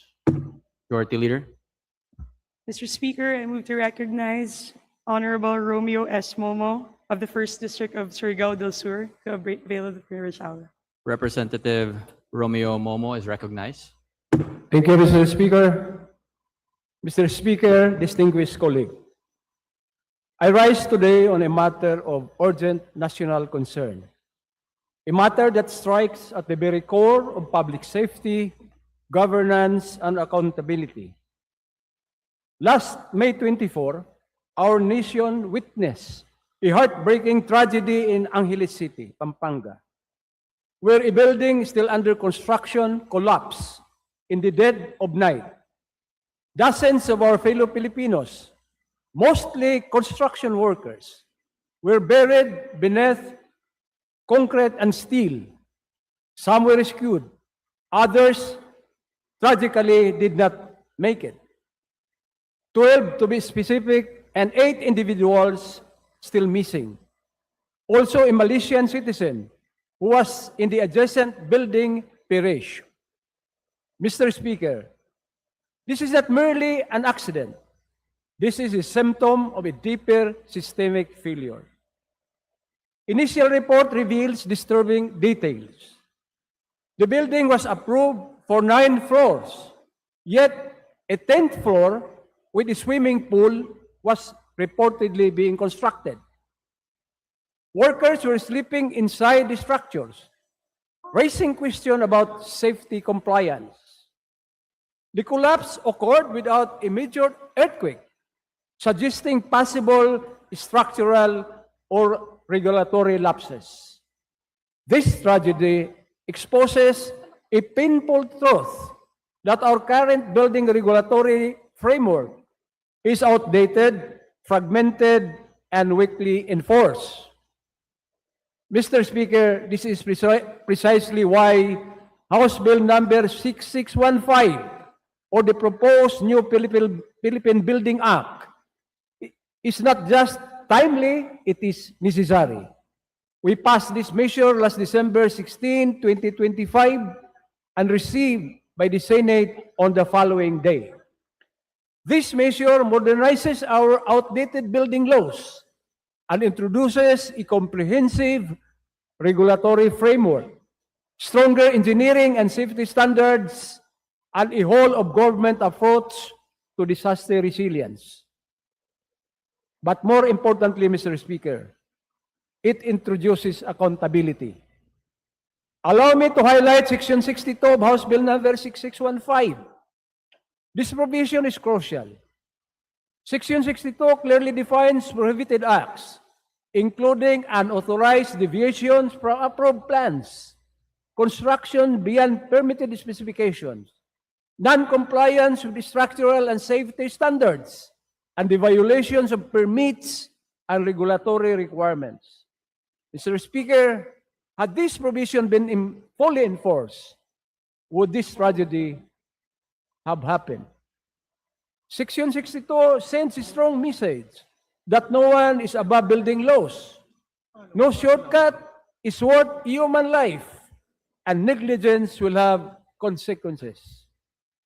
The Angeles City collapse reveals a dangerous reality that permits can be bypassed, inspection can be ignored, and violation go unchecked. This is not just a construction issue. This is a governance issue. House Bill number 6615, through provisions like Section 62, ensures that violators are clearly identified, liability is established, and enforcement is strengthened. Mr. Speaker, let us not forget, those buried in the rubble were not statistics. They were Filipino construction workers, fathers, brothers, sons, men who labored day and night to build our cities, roads, bridges, and school buildings. They trusted the system, and the system failed them. We owe them more than sympathy. We owe them justice through legislation and swift action.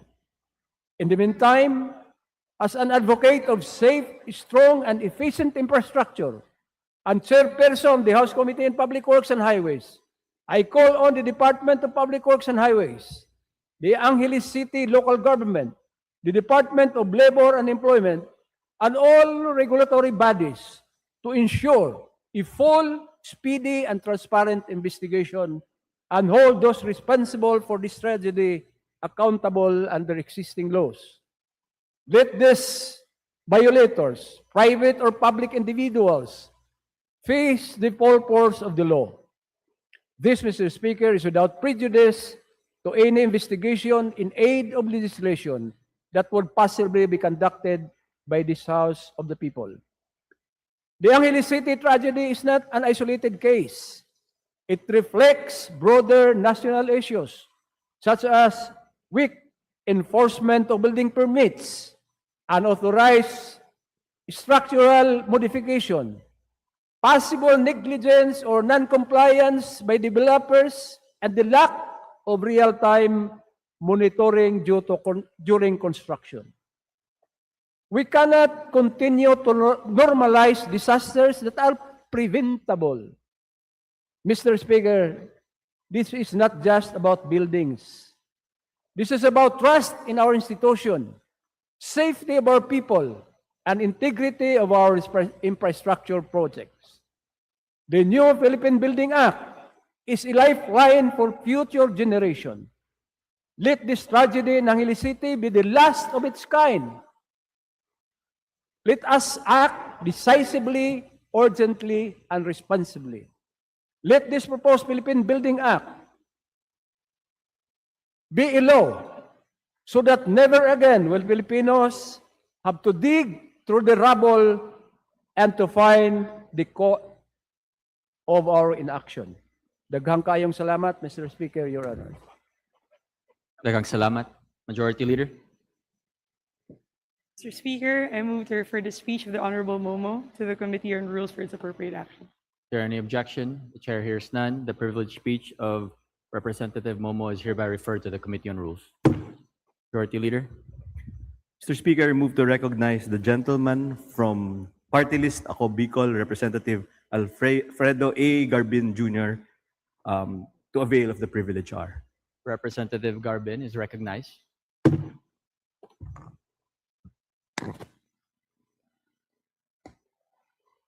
Thank you. Mr. Speaker, distinguished colleagues, my fellow servants of our beloved country, there comes a moment in the life of every public servant when silence becomes complicity and when speaking out becomes an act of duty rather than ambition.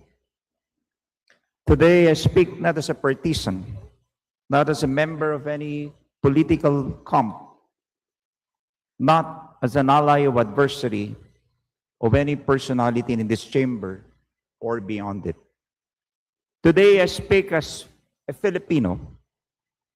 At this moment, I speak for Filipinos who no longer have the luxury of waiting for us to finish our political bickering. Mr. Speaker, look around us. Every morning, our nation awakens not to hope, but to headlines. Every evening, our people go to sleep weighed down not by the day's honest labor, but by the exhausting noise of endless political conflict.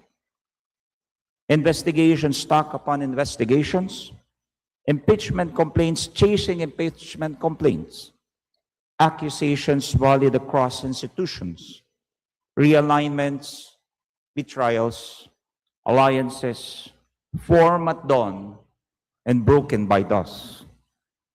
Gunfire inside the very halls meant to embody our democracy. Our courts dragged into political theater. Our agencies weaponized. Our discourse poisoned. And while all of this consumes our airwaves, our headlines and our attention somewhere in Metro Manila is a mother dividing 1 cup of rice among 4 children. Somewhere in Bicol, a farmer staring at his fields, wondering if the next typhoon will be finished, what inflation has already begun. Somewhere in Mindanao, a fisherman returns to shore with an empty net and a heavier heart. Somewhere in Visayas, a jeepney driver counts his coins and realizes he has earned less than the price of the fuel he burned. Somewhere in the country, a young graduate sends out 12 resume and receive her 12 silence or rejection. This, Mr. Speaker, this is the Philippines that politics has forgotten. We have become a nation drunk on controversy and starving for competence. We have mastered the art of political warfare while losing the science of economic survival. We have perfected choreography of outrage while forgetting the discipline of governance. And the tragic irony is this: while we fight over power, the very people who give us that power are quietly losing the power to live with dignity. Mr. Speaker, the peso weakens, but our political egos grow stronger. The price of rice climbs, but so does the volume of our partisans shouting. Electricity rates surge, but the highest lights in this country remain pointed at political scandal rather than the solutions. Our economy shows signs of stagflation, that dangerous illness where prices rise while growth stalls. And yet, the diagnosis of our leaders seem most concerned with who shall fall next, not how our people shall rise. I ask this august chamber, with all the respect and sincerity I can summon, when did we forget that hunger does not check party affiliation? When did we forget that unemployment does not ask whether you are administration or opposition? When did we forget that the mother boiling water with salt to quiet her children's hunger does not care with faction wins tomorrow's news cycle? She only cares whether tomorrow there will be food. Mr. Speaker, the Filipino is not asking us to agree on everything. The Filipino is simply asking us to agree on them. To agree that their suffering is real, to agree that their patience is not infinite, to agree that their dignity is not negotiable, to agree that beneath every political color we wear, there beats the same brown heart, under the same sun, same archipelago, bearing the same Filipino. And so today, I make an appeal not to a party, not to a bloc, not to a personality, but to every Filipino in this hall and beyond it. Let us put down our political weapons long enough to pick up our economic tools. Let us redirect this nation's enormous energy towards something that actually feeds a family, employs a worker, educates a child, and heals a sick mother. Let us focus, Mr. Speaker, on what matters. On agriculture, because no nation has ever risen in imported rice and borrowed dignity. We must rebuild our farms, modernize our irrigation, support our farmers and fisherfolk, and restore food security as a matter of national survival, not seasonal politics. On energy, because we cannot industrialize a country whose electricity is among the most expensive in Asia. Every kilowatt hour we fail to reform is a job we fail to create. On jobs, because dignity begins with employment. And a nation that cannot employ its own people will forever be a nation that exports its own children. On micro, small and medium enterprises, because the sari-sari store, the karinderya, the family-owned shop, the online seller, tricycle operator, these are not statistics. They are the true engine of our economy, and they are gasping for breath. On tourism, because we are blessed with islands the world dreams of visiting. And we must turn that beauty into livelihood for our coastal communities, our cultural workers, our local artisans. Or investment, because no investor places capital in chaos.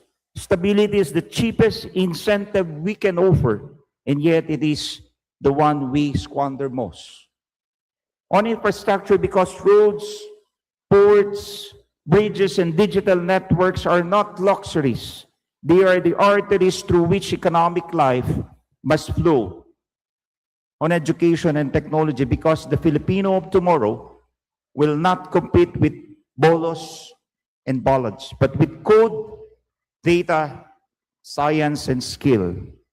On healthcare, because a sick nation cannot work and a broken Filipino cannot build.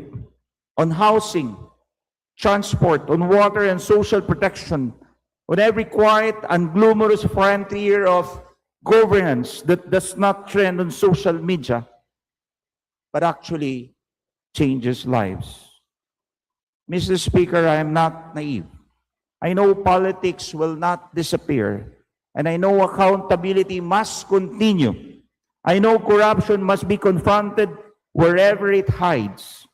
And I know that Congress has both the duty and the right to investigate, to legislate, and to check other branches of government.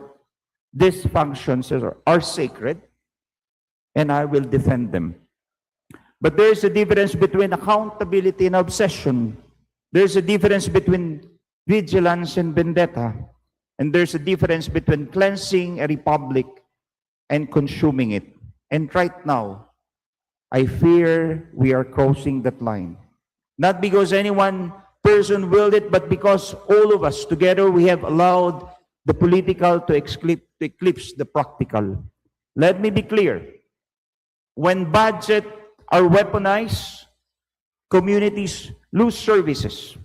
When institutions are dragged into partisan crossfire, investor lose confidence. And when confidence is lost, Mr. Speaker, it is not the politician who suffers, but the porter in the pier, the sales lady in the mall, the call center agent on the graveyard ship, the OFW counting the years until she can come home.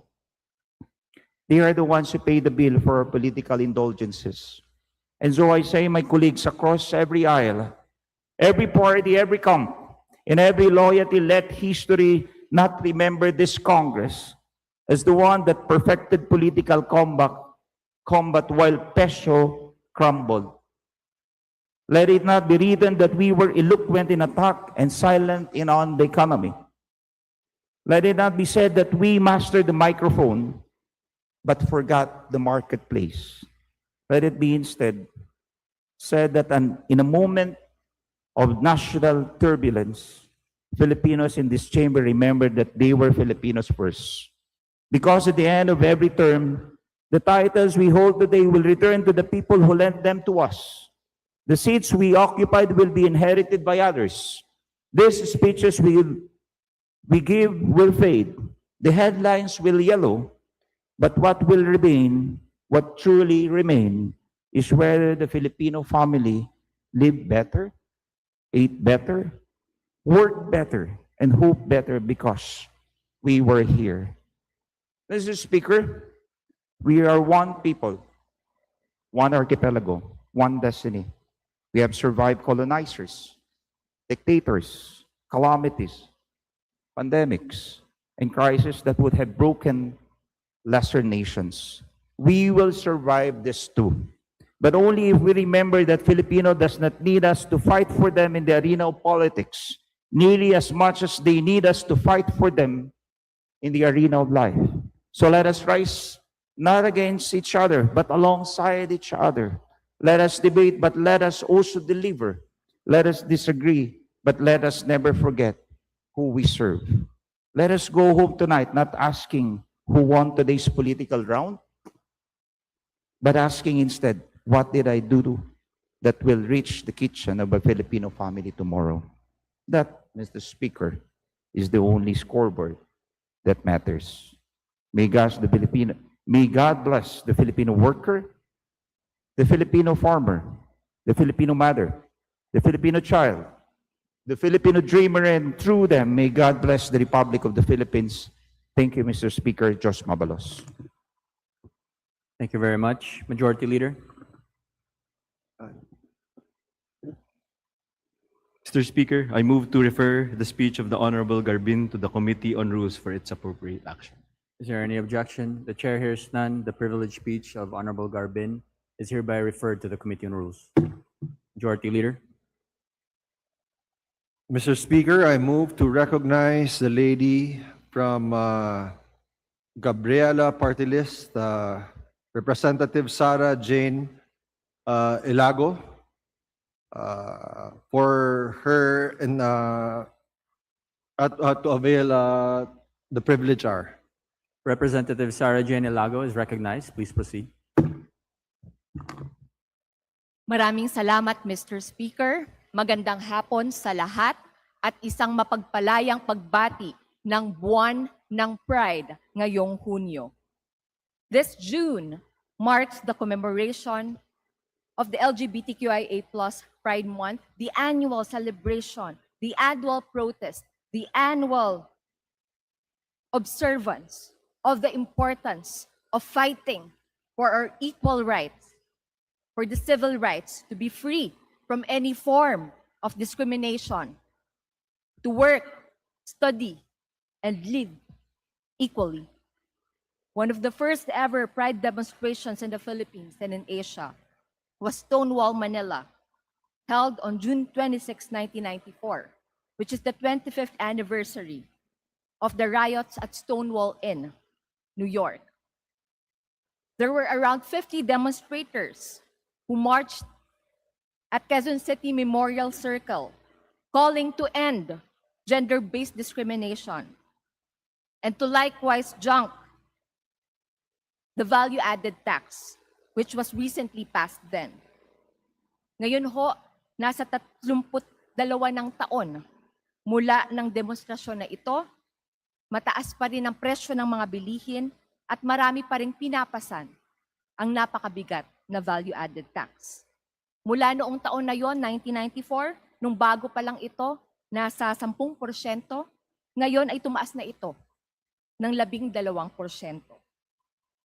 Nakita natin kung gaanong ramdam na ramdam ng ating mga kababayan, ng bawat Pilipino, ang bigat ng krisis na pang-ekonomiya, na higit na naghihirap ang ating mga kababayan dahil sa kawalan ng sapat na proteksyon sa paggawa at ang talamak na diskriminasyon sa mga opisina at pagawaan.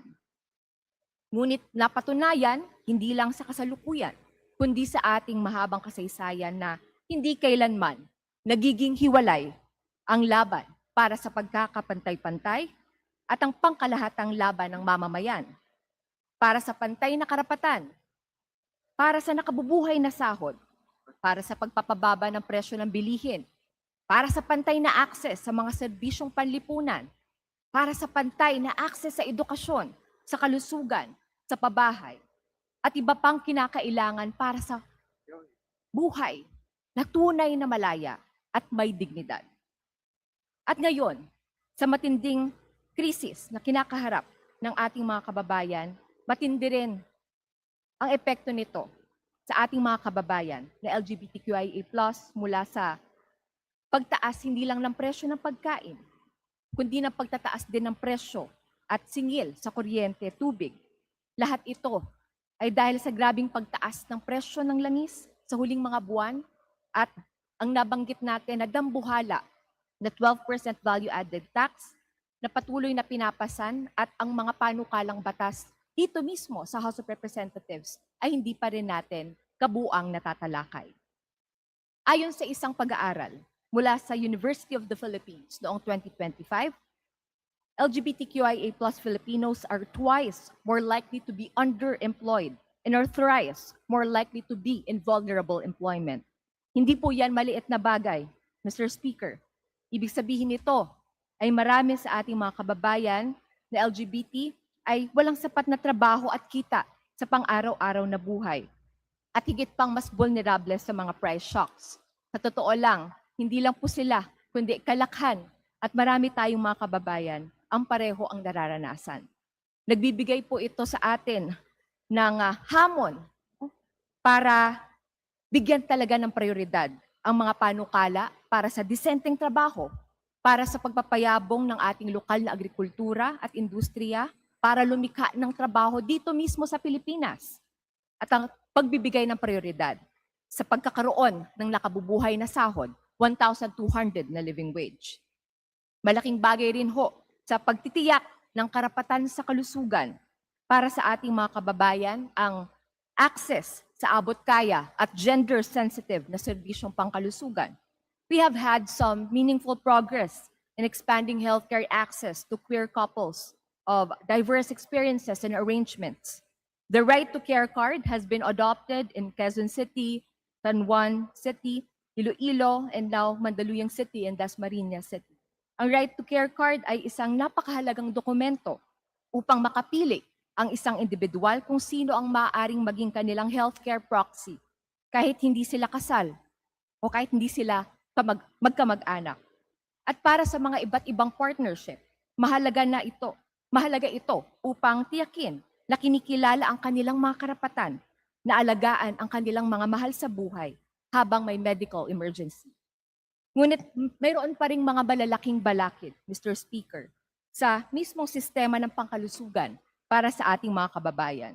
Those who belong to gender and sexual minorities continue to deal with the denial of health services, harassment, misgendering of transgender and non-binary individuals, among others.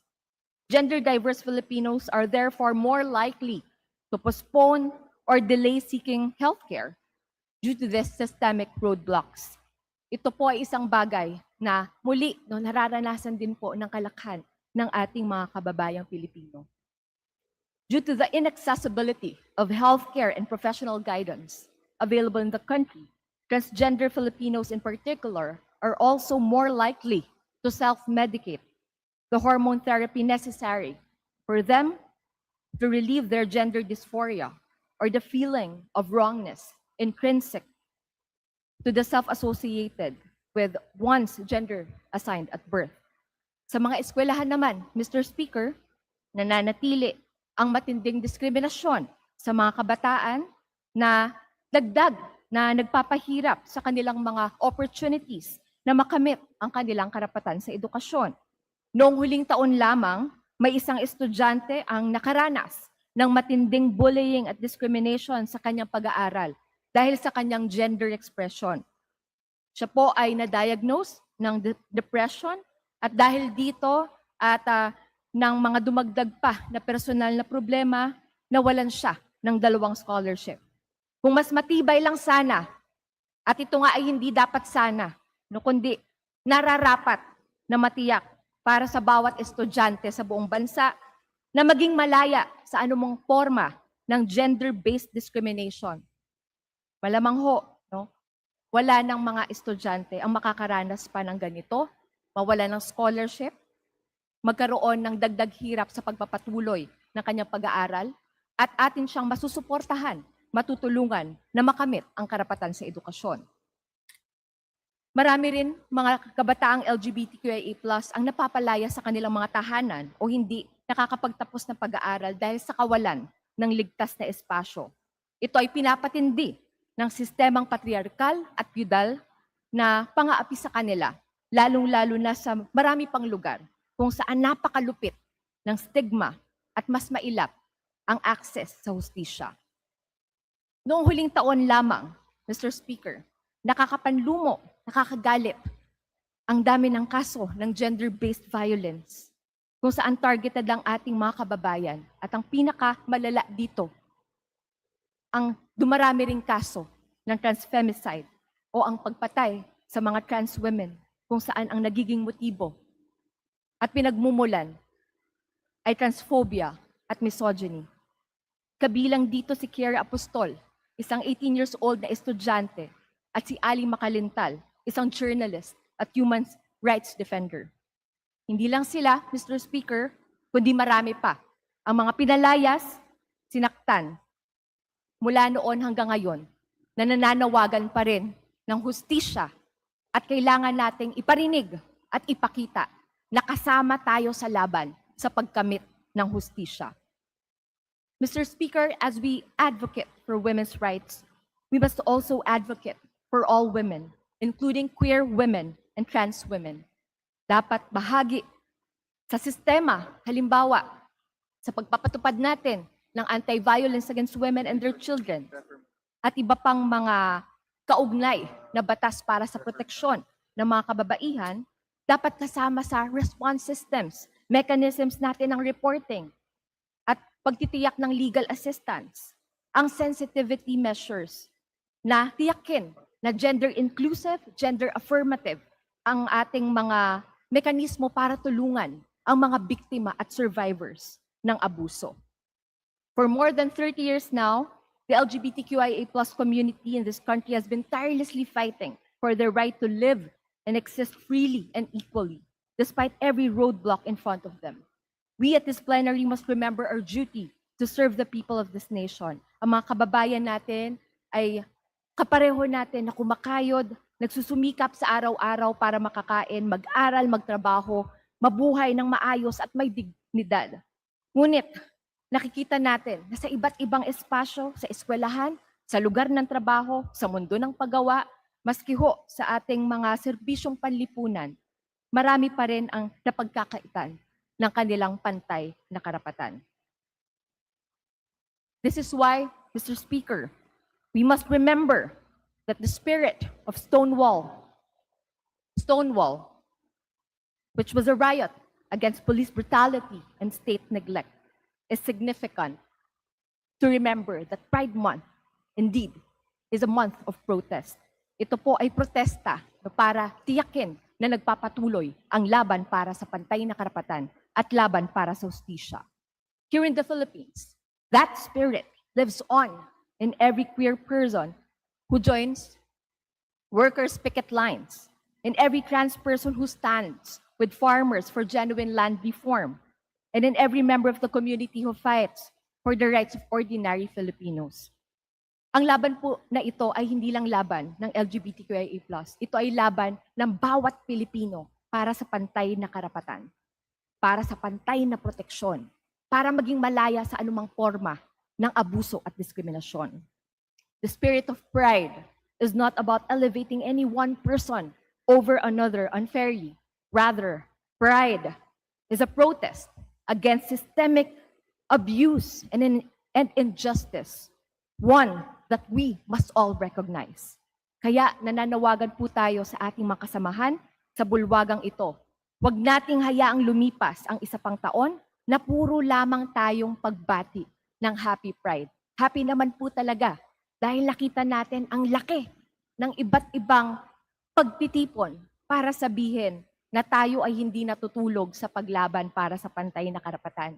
Ngunit hindi lang dapat happy, kundi dapat merong honor pagdating sa pagbibigay natin ng commitment na bibigyan talaga natin ng prioridad. No? Ang pagtalakay, hindi lang ng mga measures, ng mga hakbang na may kinalaman sa paglaban sa diskriminasyon o para sa pantay na karapatan, para sa katarungang panlipunan. Hindi lang maisabatas ang mga ito, kundi matiyak natin na sa bawat espasyo, kahit saan, kahit kailan, malaya sa anumang forma ng abuso at diskriminasyon ang bawat isang Pilipino. Tayo ay tumitindig sa ngalan ng Gabriela Women's Party, kasama ang sektor, ang LGBTQIA+ community, ipaglaban natin ang isang lipunang walang mapang-api at walang inaapi. Isulong natin ang demokrasya kung saan may tunay na pagkilala sa karapatan ng lahat, sa pantay na karapatan ng lahat, anuman ang kasarian.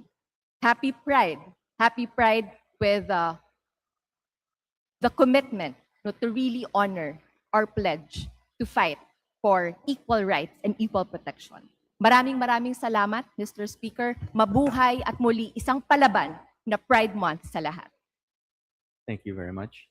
Majority Leader. Mr. Speaker, I move to refer the speech of the Honorable Sarah Jane Elago to the Committee on Rules for its appropriate action. Is there any objection? Chair hears none. The privileged speech of Honorable Sarah Elago is hereby referred to the Committee on Rules. Majority Leader. Mr. Speaker, I move to extend the privilege hour for another 60 minutes to allow other members who registered from the Committee on Rules to avail of the privilege hour. Is there any objection? Chair hears none. Motion is carried.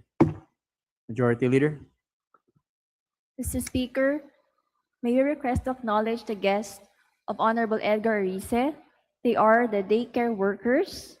They are as follow: Vilma Guevara, Norberta Cruz, Loretta Belen, Dorita Pacho, Cristel Garcia, Rowena Manabat, Catherine Diata, Doreen Ore, Mary Jane Abon, Emelita Rodriguez. That's all, Mr. Speaker. To the guests of the Honorable Edgar Erice, welcome to the House of Representatives. Thank you for your visit. Let's give them a round of applause. Thank you. Majority Leader.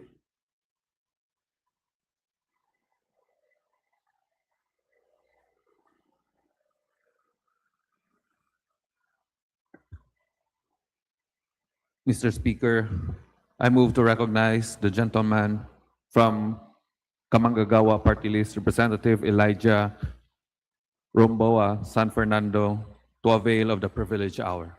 Representative San Fernando is recognized. Please proceed. Maraming salamat po, Mr. Speaker. Mr. Speaker, mga kasama, sa mga guro, kawani, estudyante, manggagawa, at ordinaryong Pilipino na nakikinig ngayon, magandang araw po. I rise today to talk about the proposed reframed General Education Curriculum Component, or RGECC, of the Commission on Higher Education. At first glance, these may appear to be a technical matter, a matter of subjects, units, course descriptions, and curriculum design. But if we dig deeper, we will see that it is so much more. This is an education issue.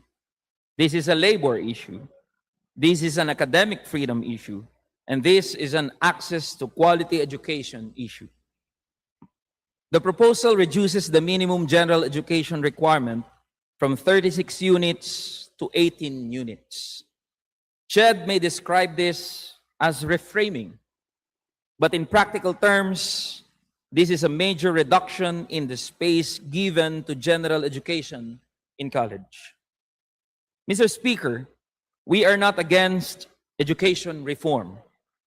We recognize the need to improve higher education, respond to changing social and technological conditions, and prepare students for work and contribute to national development. But reform must be based on evidence, grounded in genuine consultation, sensitive to labor consequences, legally sound, and responsive to the actual condition of Filipino learners. That condition, as shown by recent education data, is deeply alarming. The latest findings of the Second Congressional Commission on Education, or EDCOM-2, show that Filipino learners are not entering higher education from a position of strength. According to the report, by grade 10, only 1.36% reach at least proficient in early language, literacy, and numeracy. By grade 12, only 0.47% are considered at least proficient. EDCOM-2 described this as only about 4 in every 1,000 grade 12 learners are demonstrating skills such as problem solving, managing and communicating information, and analyzing and evaluating data to create or formulate ideas. Mr. Speaker, mga kasama, 4 in every 1,000. Yan po ang datos.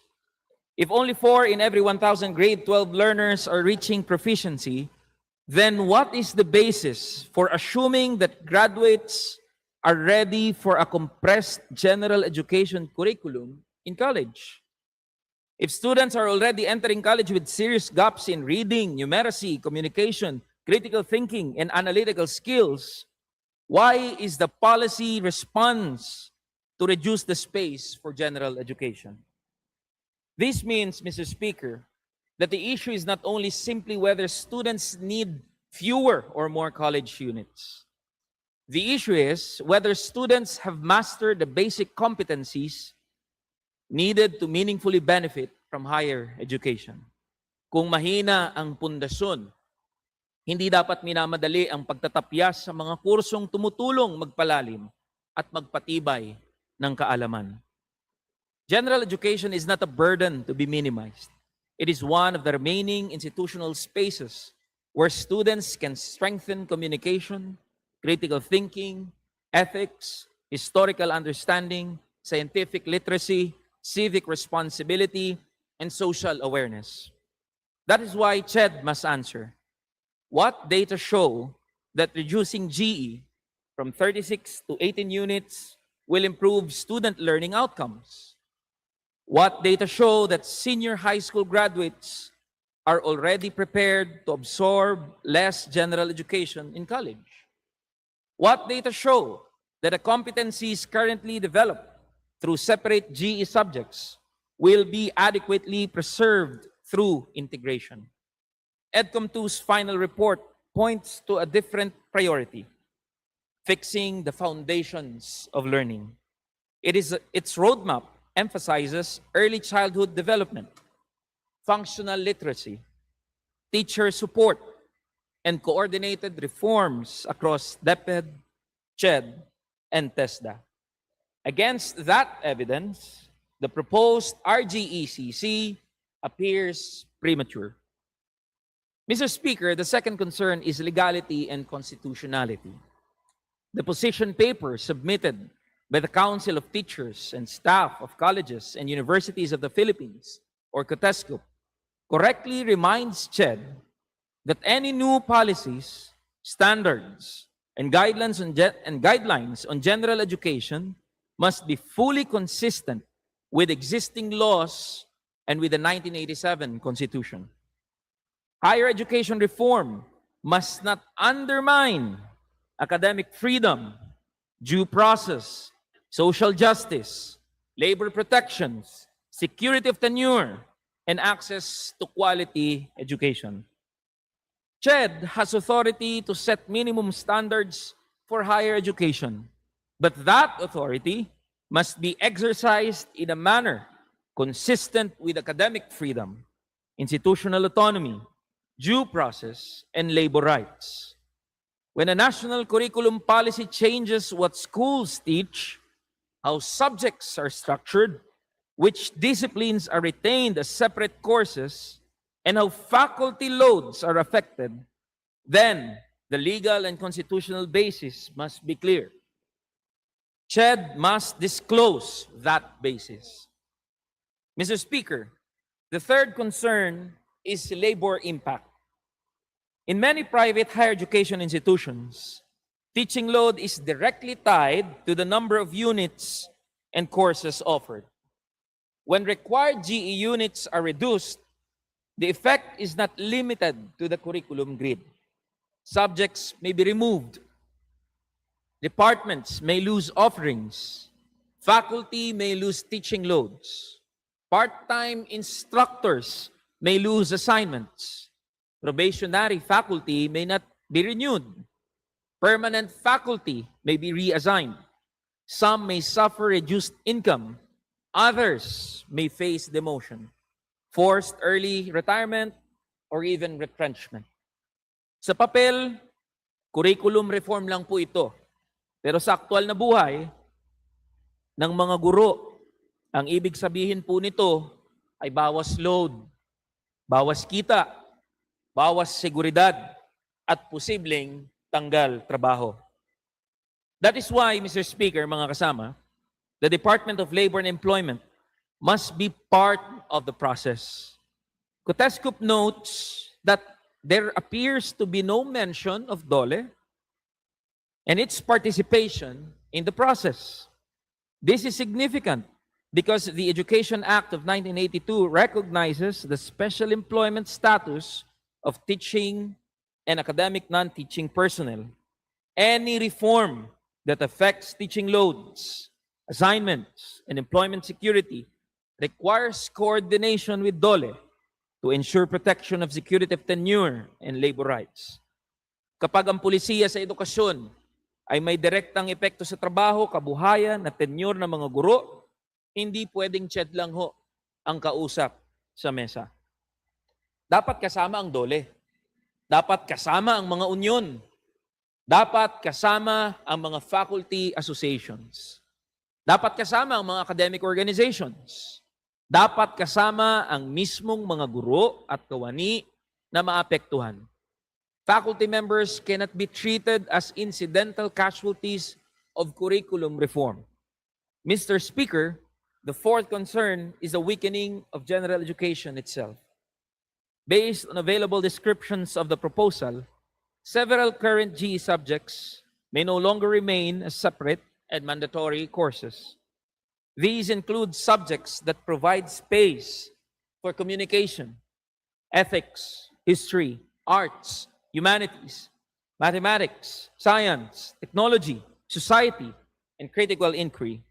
CHED may say that these areas will not be removed, only integrated.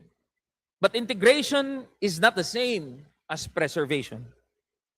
When a subject is removed as a separate and mandatory course, its depth may be reduced. Its visibility may be reduced. Its staffing may be reduced. Its institutional support may be reduced. These has academic and labor consequences. A country facing disinformation, historical distortion, inequality, unemployment, underemployment, weak labor protections, and democratic fragility needs stronger general education, not weaker. Hindi sapat na turuan ng mga estudyante para maging employable. Kailangan silang hubugin bilang mamamayan at bilang isang ganap na tao. A graduate who cannot communicate clearly is not workforce ready. A graduate who cannot analyze information is not workforce ready. A graduate who cannot understand society, ethics, and history is not ready for leadership, public service, or national development. Mr. Speaker, the fifth concern is the quality of consultation. Our comrades and friends from Kuteskup, in their position paper, raise a serious issue. The current survey structure appears to assume that the implementation of the new GE framework is inevitable. But the more fundamental question should be asked first. Do institutions, teachers, students, and academic communities agree with the proposed GE framework at all? Is the philosophy behind the reframing desirable and appropriate for Philippine higher education? Hindi konsultasyon ang tawag sa proseso kung ang tanong lang ay paano susunod sa pulisiyang tila na pagdesisyonan na. Ang tunay na konsultasyon ay may puwang para magsabi ng oo, hindi, o baka may kailangang mga baguhin. Teachers are not passive recipients of reform. They are education workers. They are frontliners in teaching and learning. Their professional judgment is indispensable in assessing whether this reform is academically sound, feasible, and beneficial to students. Mr. Speaker, mga kasama, CHED reportedly deferred implementation of the RGECC to 2028. We welcome this measure, and this is a welcome step. But the deferral period must be used for a serious, transparent, and inclusive review. Without this, implementation should not proceed. It is in this light that we, from Kamanggagawa Party List, call on CHED to suspend any final implementation of the reframed general education curriculum until it has disclosed the evidence, legal basis, and impact assessments supporting the proposal. Conducted genuine consultations with teachers, students, academic organizations, higher education institutions, faculty unions, and the Department of Labor and Employment, and completed a full labor impact assessment that protects faculty and academic personnel from deloading, income diminution, non-renewal, retrenchment, or any loss of rank, tenure, and benefits. In virtue of this representation, Mr. Speaker, will be filing a House resolution to investigate the lack of consultation for the draft policies, standards, and guidelines for the RGECC its contentious contents, and other legal, academic, and labor-related gaps. For Kamanggagawa Party List, the position is clear. Hindi dapat ituring na excess ang general education. Hindi dapat gawing collateral damage ang mga guro. At hindi dapat ipagpalagay na handa na ang mga estudyante kung ang ebidensya mismo ang nagsasabing hindi pa. And reform in higher education must be evidence-based, genuinely consultative, labor-sensitive, constitutionally sound, and socially responsible. Maraming salamat po, Mr. Speaker at mga kasama. Magandang hapon po sa ating lahat. Thank you very much. Majority Leader.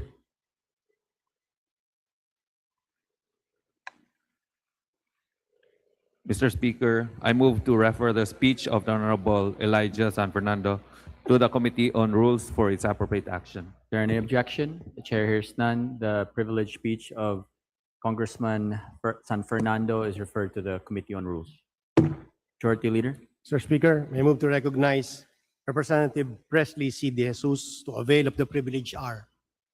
Congressman Presley De Jesus is recognized. Please proceed.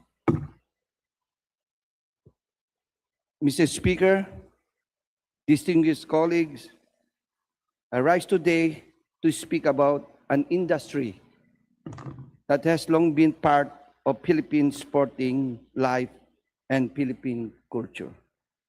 For generations, horse racing has brought people to the racecourse, gathered families and communities, supported workers, generated revenue for the government, and offered real potential for tourism and economic growth. I speak of the Philippine horse racing industry. As a boy, I remember vividly walking from our house to the racetrack with a stopwatch in my hand. I would watch the horses with fascination. I watched their speed, their discipline, and the excitement that gathered around every race. At that age, I did not yet understand the economy behind it. I did not yet know the breeders who invested in bloodline, the trainers who prepared the horses, the jockeys who risked themselves on the track, the grooms and stable workers who labored before sunrise, or the families whose daily needs were tied to this industry. I only knew that there was something special there. Years later, I understood it more clearly. Behind every race is a chain of Filipino workers, families, farms, stables, operators, and communities. Behind every race is an industry that deserves to be seen, protected, and given a fair chance to grow. Horse racing is one of the oldest organized sports industries in the Philippines. It has survived different administrations, economic cycles, and shifts in public entertainment. In 1974, the Philippine Racing Commission was created to supervise and regulate horse racing in the country. Even then, the state recognized horse racing as a source of revenue, employment, and sports development. But that was more than 50 years ago. Since then, the environment around this industry has transformed. Tourism has become more competitive. Gaming has become more sophisticated. Regional markets have moved in different directions. The cost of breeding, training, and maintaining horses has risen. The needs of jockeys, trainers, and racing workers have also become more urgent. Yet, many of the rules governing the industry remain tied to an earlier time. That is the situation we must address. Horse racing is an ecosystem. It supports breeders, horse owners, trainers, jockeys, veterinarians, grooms, stable hands, tellers, security personnel, race operators, farms, and local workers. It supports agriculture, animal breeding, sports, tourism, and regulated gaming. It contributes to the government revenues through taxes, fees, and regulatory charges. If developed purposefully, it can contribute even more. The numbers already show its value. In a Senate budget hearing in 2022, PhilRacom reported that around 3 billion in total sales could generate around 900 million in annual government income. Government documents also recorded around 800 million in actual government revenue generated from gross sales in 2023. Yet, PhilRacom's budget has remained modest at only around 200 million. This is the imbalance before us as an agency, as an industry that helped generate hundreds of millions of pesos for public coffers should not be left without enough capacity to develop the very sector that produces those revenues. It should not be limited to survival. It should be allowed to plan, modernize, and grow. This is especially important now because the regional landscape is shifting. Singapore has already ended horse racing after more than a century of history. Macau has also ended horse racing after more than 40 years. In India has faced serious pressures from heavy taxation on racing bets, with concerns that legal betting activity is being pushed away from the regulated system. These developments are a strategic opportunity for our country. In horse racing, there's a phrase called missing the break. It refers to a horse that fails to leave the starting gate cleanly when the race begins. The horse may have the strength, the speed, and the training to compete, but the poor start can cause it to lose ground before the race has even settled. That is the position we face today. In Philippines, it still has the horses, the workers, the racing culture, the gaming market, and the tourism potential to position itself as a leading horse racing destination in the region. But opportunity does not wait forever. If we hesitate while other markets are closing, struggling, or withdrawing, we may lose the advantage that is now before us. We should not miss this opportunity. The Philippines is already known as a gaming and tourism destination.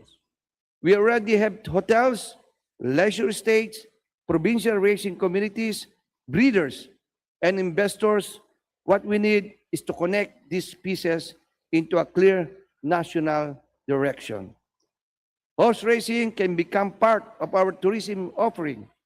It can bring people to our race courses, support local businesses around racing areas, and create events that attract visitors, enthusiasts, owners, and bettors from here and abroad. Other countries have shown what a well-organized racing industry can become. Japan is the clearest example in 2024. The Japan Racing Association recorded more than 3 trillion yen in betting turnover. From that, the national government share and surplus contribution reached more than 360 billion yen. The Philippines is not Japan, and we do not need to pretend that we can copy its model overnight. But we can learn from the principle behind it. Without sound regulation, a competitive tax structure, and deliberate public support, horse racing can become a larger source of jobs, investment, tourism, and public revenue. At present, the tax burden on horse racing tickets and betting transactions affect participation. Every additional cost on a ticket affects the bettor. Every reduced payout affects interest. Every inconsistency in tax treatment makes the system harder to administer and harder to understand. If the rate is too high, bettors move away. If bettors move away, volume declines. If volume declines, government revenue also suffers. Worse, activity can move to foreign platforms or informal markets where the Philippine government earns nothing. A fairer and more uniform tax structure can bring more participation back into the regulated system. More legal wagers mean more taxable transaction. More transactions mean greater volume. Greater volume can help sustain government revenue while giving the industry space to compete. This is not about removing the government share. It is about making what the government receives bigger and more sustainable. A tax policy that slowly weakens the industry will not protect revenue in the long run. A tax policy that encourages legal participation can protect revenue while supporting growth. We must also look at the institution governing the industry. PIRACOM, or the Philippine Racing Commission, has served an important role as regulator. But the modern racing industry needs more than regulation. It needs development, planning, revenue, monitoring, breeding support, worker protections, animal welfare programs, and the capacity to respond to competition from other jurisdictions. A regulator that is expected to help develop an industry must be given tools to do so. At present, PIRACOM remains a national government agency that limits its flexibility. It regulates the industry, but it does not have the full fiscal and institutional capacity needed to drive growth. If we want the racing industry to modernize, then its institutional framework must also be modernized. A stronger structure can allow better revenue management, better development planning, better support for breeding, better race operations, and better accountability. It can also ensure that proceeds from racing are not only collected, but partly reinvested into the industry that generated them. Workers' welfare must also be at the center.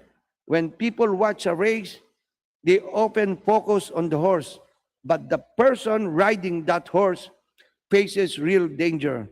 Jockeys risk serious injury. Trainers and stable workers perform demanding labor. Racing personnel work in an industry where accidents, disability, and death are real occupational risks. There's already a benefit mechanism for jockeys and trainers, but the law is old and the benefit amounts have not kept pace with the present realities. Protection that made sense decades ago may no longer be enough today.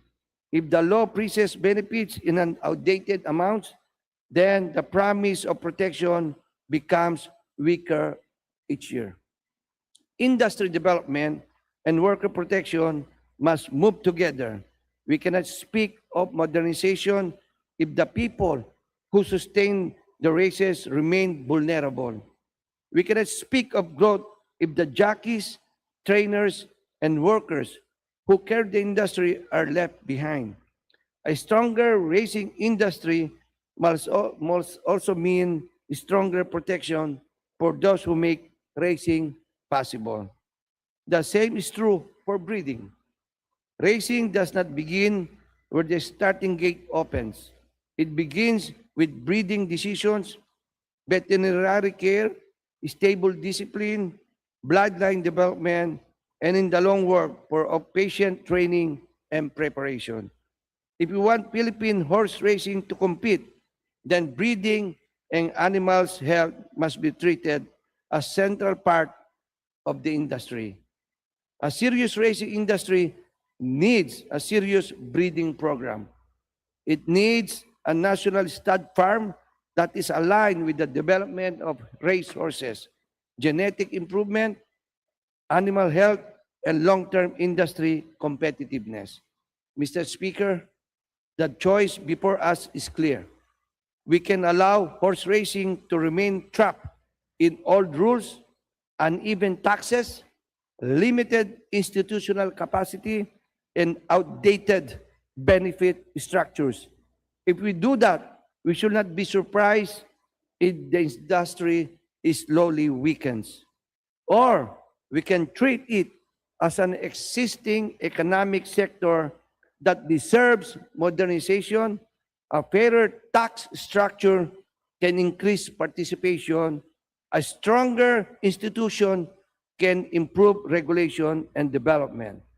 Better benefits can protect jockeys and trainers. A serious breeding program can improve competitiveness. A clearer policy direction can attract investment. A better tourism strategy can bring people to our race courses. This is responsible industry policy. We are not being asked to abandon regulation. Regulation must remain firm, but it must also be intelligent. Revenue must be protected, but not by exhausting the very activity that produces. A mature policy does not preserve the past for its own sake.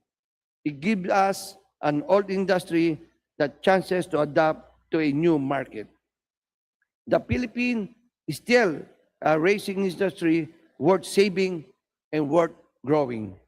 We have passionate owners who continue to invest. We have breeders who continue to produce horses. We have jockeys and trainers who continue to work despite risk. We have workers and families who depend on the sport. We have enthusiasts who continue to believe that Philippine horse racing can compete. But momentum must be met with action. By the time a racehorse closes, a whole ecosystem has already been weakened. By the time workers lost their livelihoods, modernization has come too late.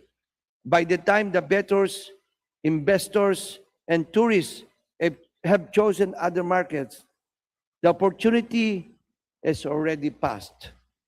The race is not yet over. But if you want Philippine horse racing to remain alive, competitive, and beneficial to the Filipino people, government cannot afford to miss the break. Again, thank you very much, Mr. Speaker. Magandang gabi po sa atin lahat. Thank you very much. Majority Leader. Mr. Speaker, I move that the privileged speech of Representative Presley De Jesus be referred to the Committee on Rules for appropriate action. Is there any objection? Chair hears none. The privileged speech of Honorable De Jesus is hereby referred to the Committee on Rules. Majority Leader. Mr. Speaker, there being no other members who wishes to avail of the privilege hour, I move to close the privilege hour. Is there any objection? Chair hears none. Motion is carried. Majority Leader. Mr. Speaker, I move to suspend session for a few minutes. Session suspended.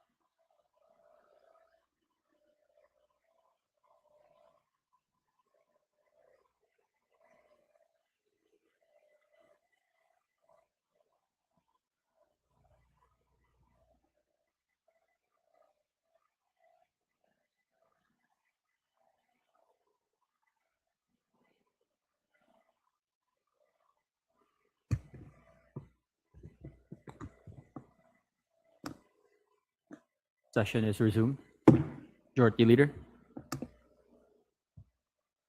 Mr. Speaker, considering that copies of Journal Number 37 dated May 25 and 26, 2026 were already distributed to the members, I move to dispense with the reading thereof and subsequently to approve the said journal. Is there any objection? Chair hears none. The motion is approved. The reading of the said journal is dispensed with, and Journal Number 37 dated May 25 and 26, 2026 is hereby approved. Majority Leader. Mr. Speaker, I move to suspend session for a few minutes. Session suspended.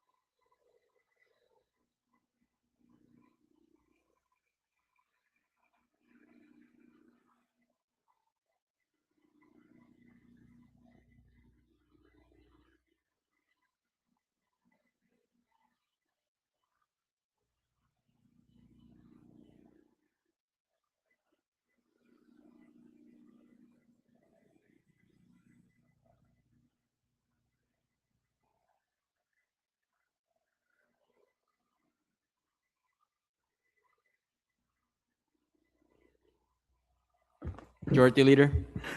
Mr. Speaker, I move to take up additional reference of business and request that the Secretary Mr. Speaker, I move Mr. to Speaker. adjourn. We have no quorum.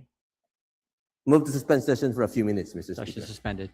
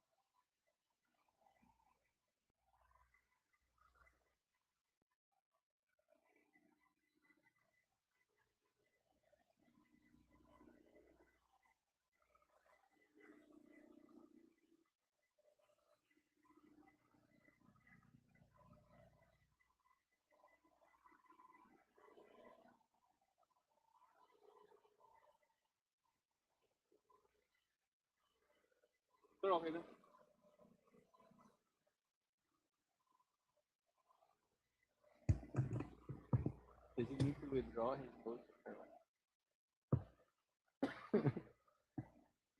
Withdraw his motion.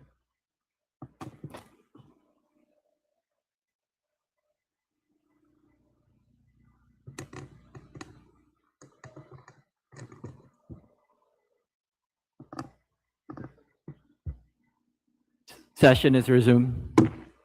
Majority Leader. Mr. Speaker, I move to take up additional reference to business and request that the Secretary General be directed to read the title of bills and resolutions on first reading, as well as communications and committee reports, Mr. Is there any objection? Chair hears none. Secretary General is directed to read the titles of bills and resolutions as well as committee reports for referral to the appropriate committees. Additional reference of business, committee reports. Committee report number 417, submitted by the Committee on Cooperatives Development, the Committee on Ways and Means, and the Committee on Appropriations on House Bill number 9584, an act providing for the revised Cooperative Code of the Philippines. To the Committee on Rules. Committee report number 418, submitted by the Committee on Muslim Affairs on House Bill number 9597, an act including a representative from the Balik Islam community in the National Commission on Muslim Filipinos, amending for the purpose Section 5, Article 1 of Republic Act number 9997 as amended, otherwise known as the National Commission on Muslim Filipinos Act of 2009. To the Committee on Rules. Committee report number 419, submitted by the Committee on Justice on House Bill number 9598, an act granting Philippine citizenship to Guillaume Lucci. To the Committee on Rules. Committee report number 420, submitted by the Committee on Justice on House Bill number 9599, an act granting Philippine citizenship to Andres Miguel Soriano IV. To the Committee on Rules.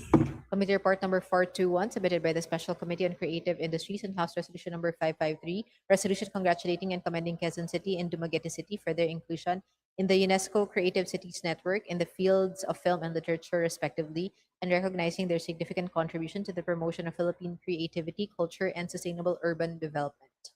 To the Committee on Rules. Committee report number 422, submitted by the Special Committee on Creative Industries and House Resolution number 935, a resolution congratulating and commending Mariel Monteliano and Bisdak J.M. de la Serna for winning a historic back-to-back championship on Your Face Sounds Familiar 2026 and in Tawag ng Tanghalan Duet Season 1. To the Committee on Rules. Committee report number 423, submitted by the Committee on Information and Communications Technology and the Committee on Appropriations on House Bill number 9605, an act establishing the National Cybersecurity Agency, strengthening the protection of critical information infrastructure, and providing funds therefor. To the Committee on Rules. Majority Leader. Mr. Speaker, I move to adjourn session until tomorrow, June 2, Tuesday, 3 o'clock p.m. This session is adjourned until tomorrow, Tuesday, June 2 at 3 p.m.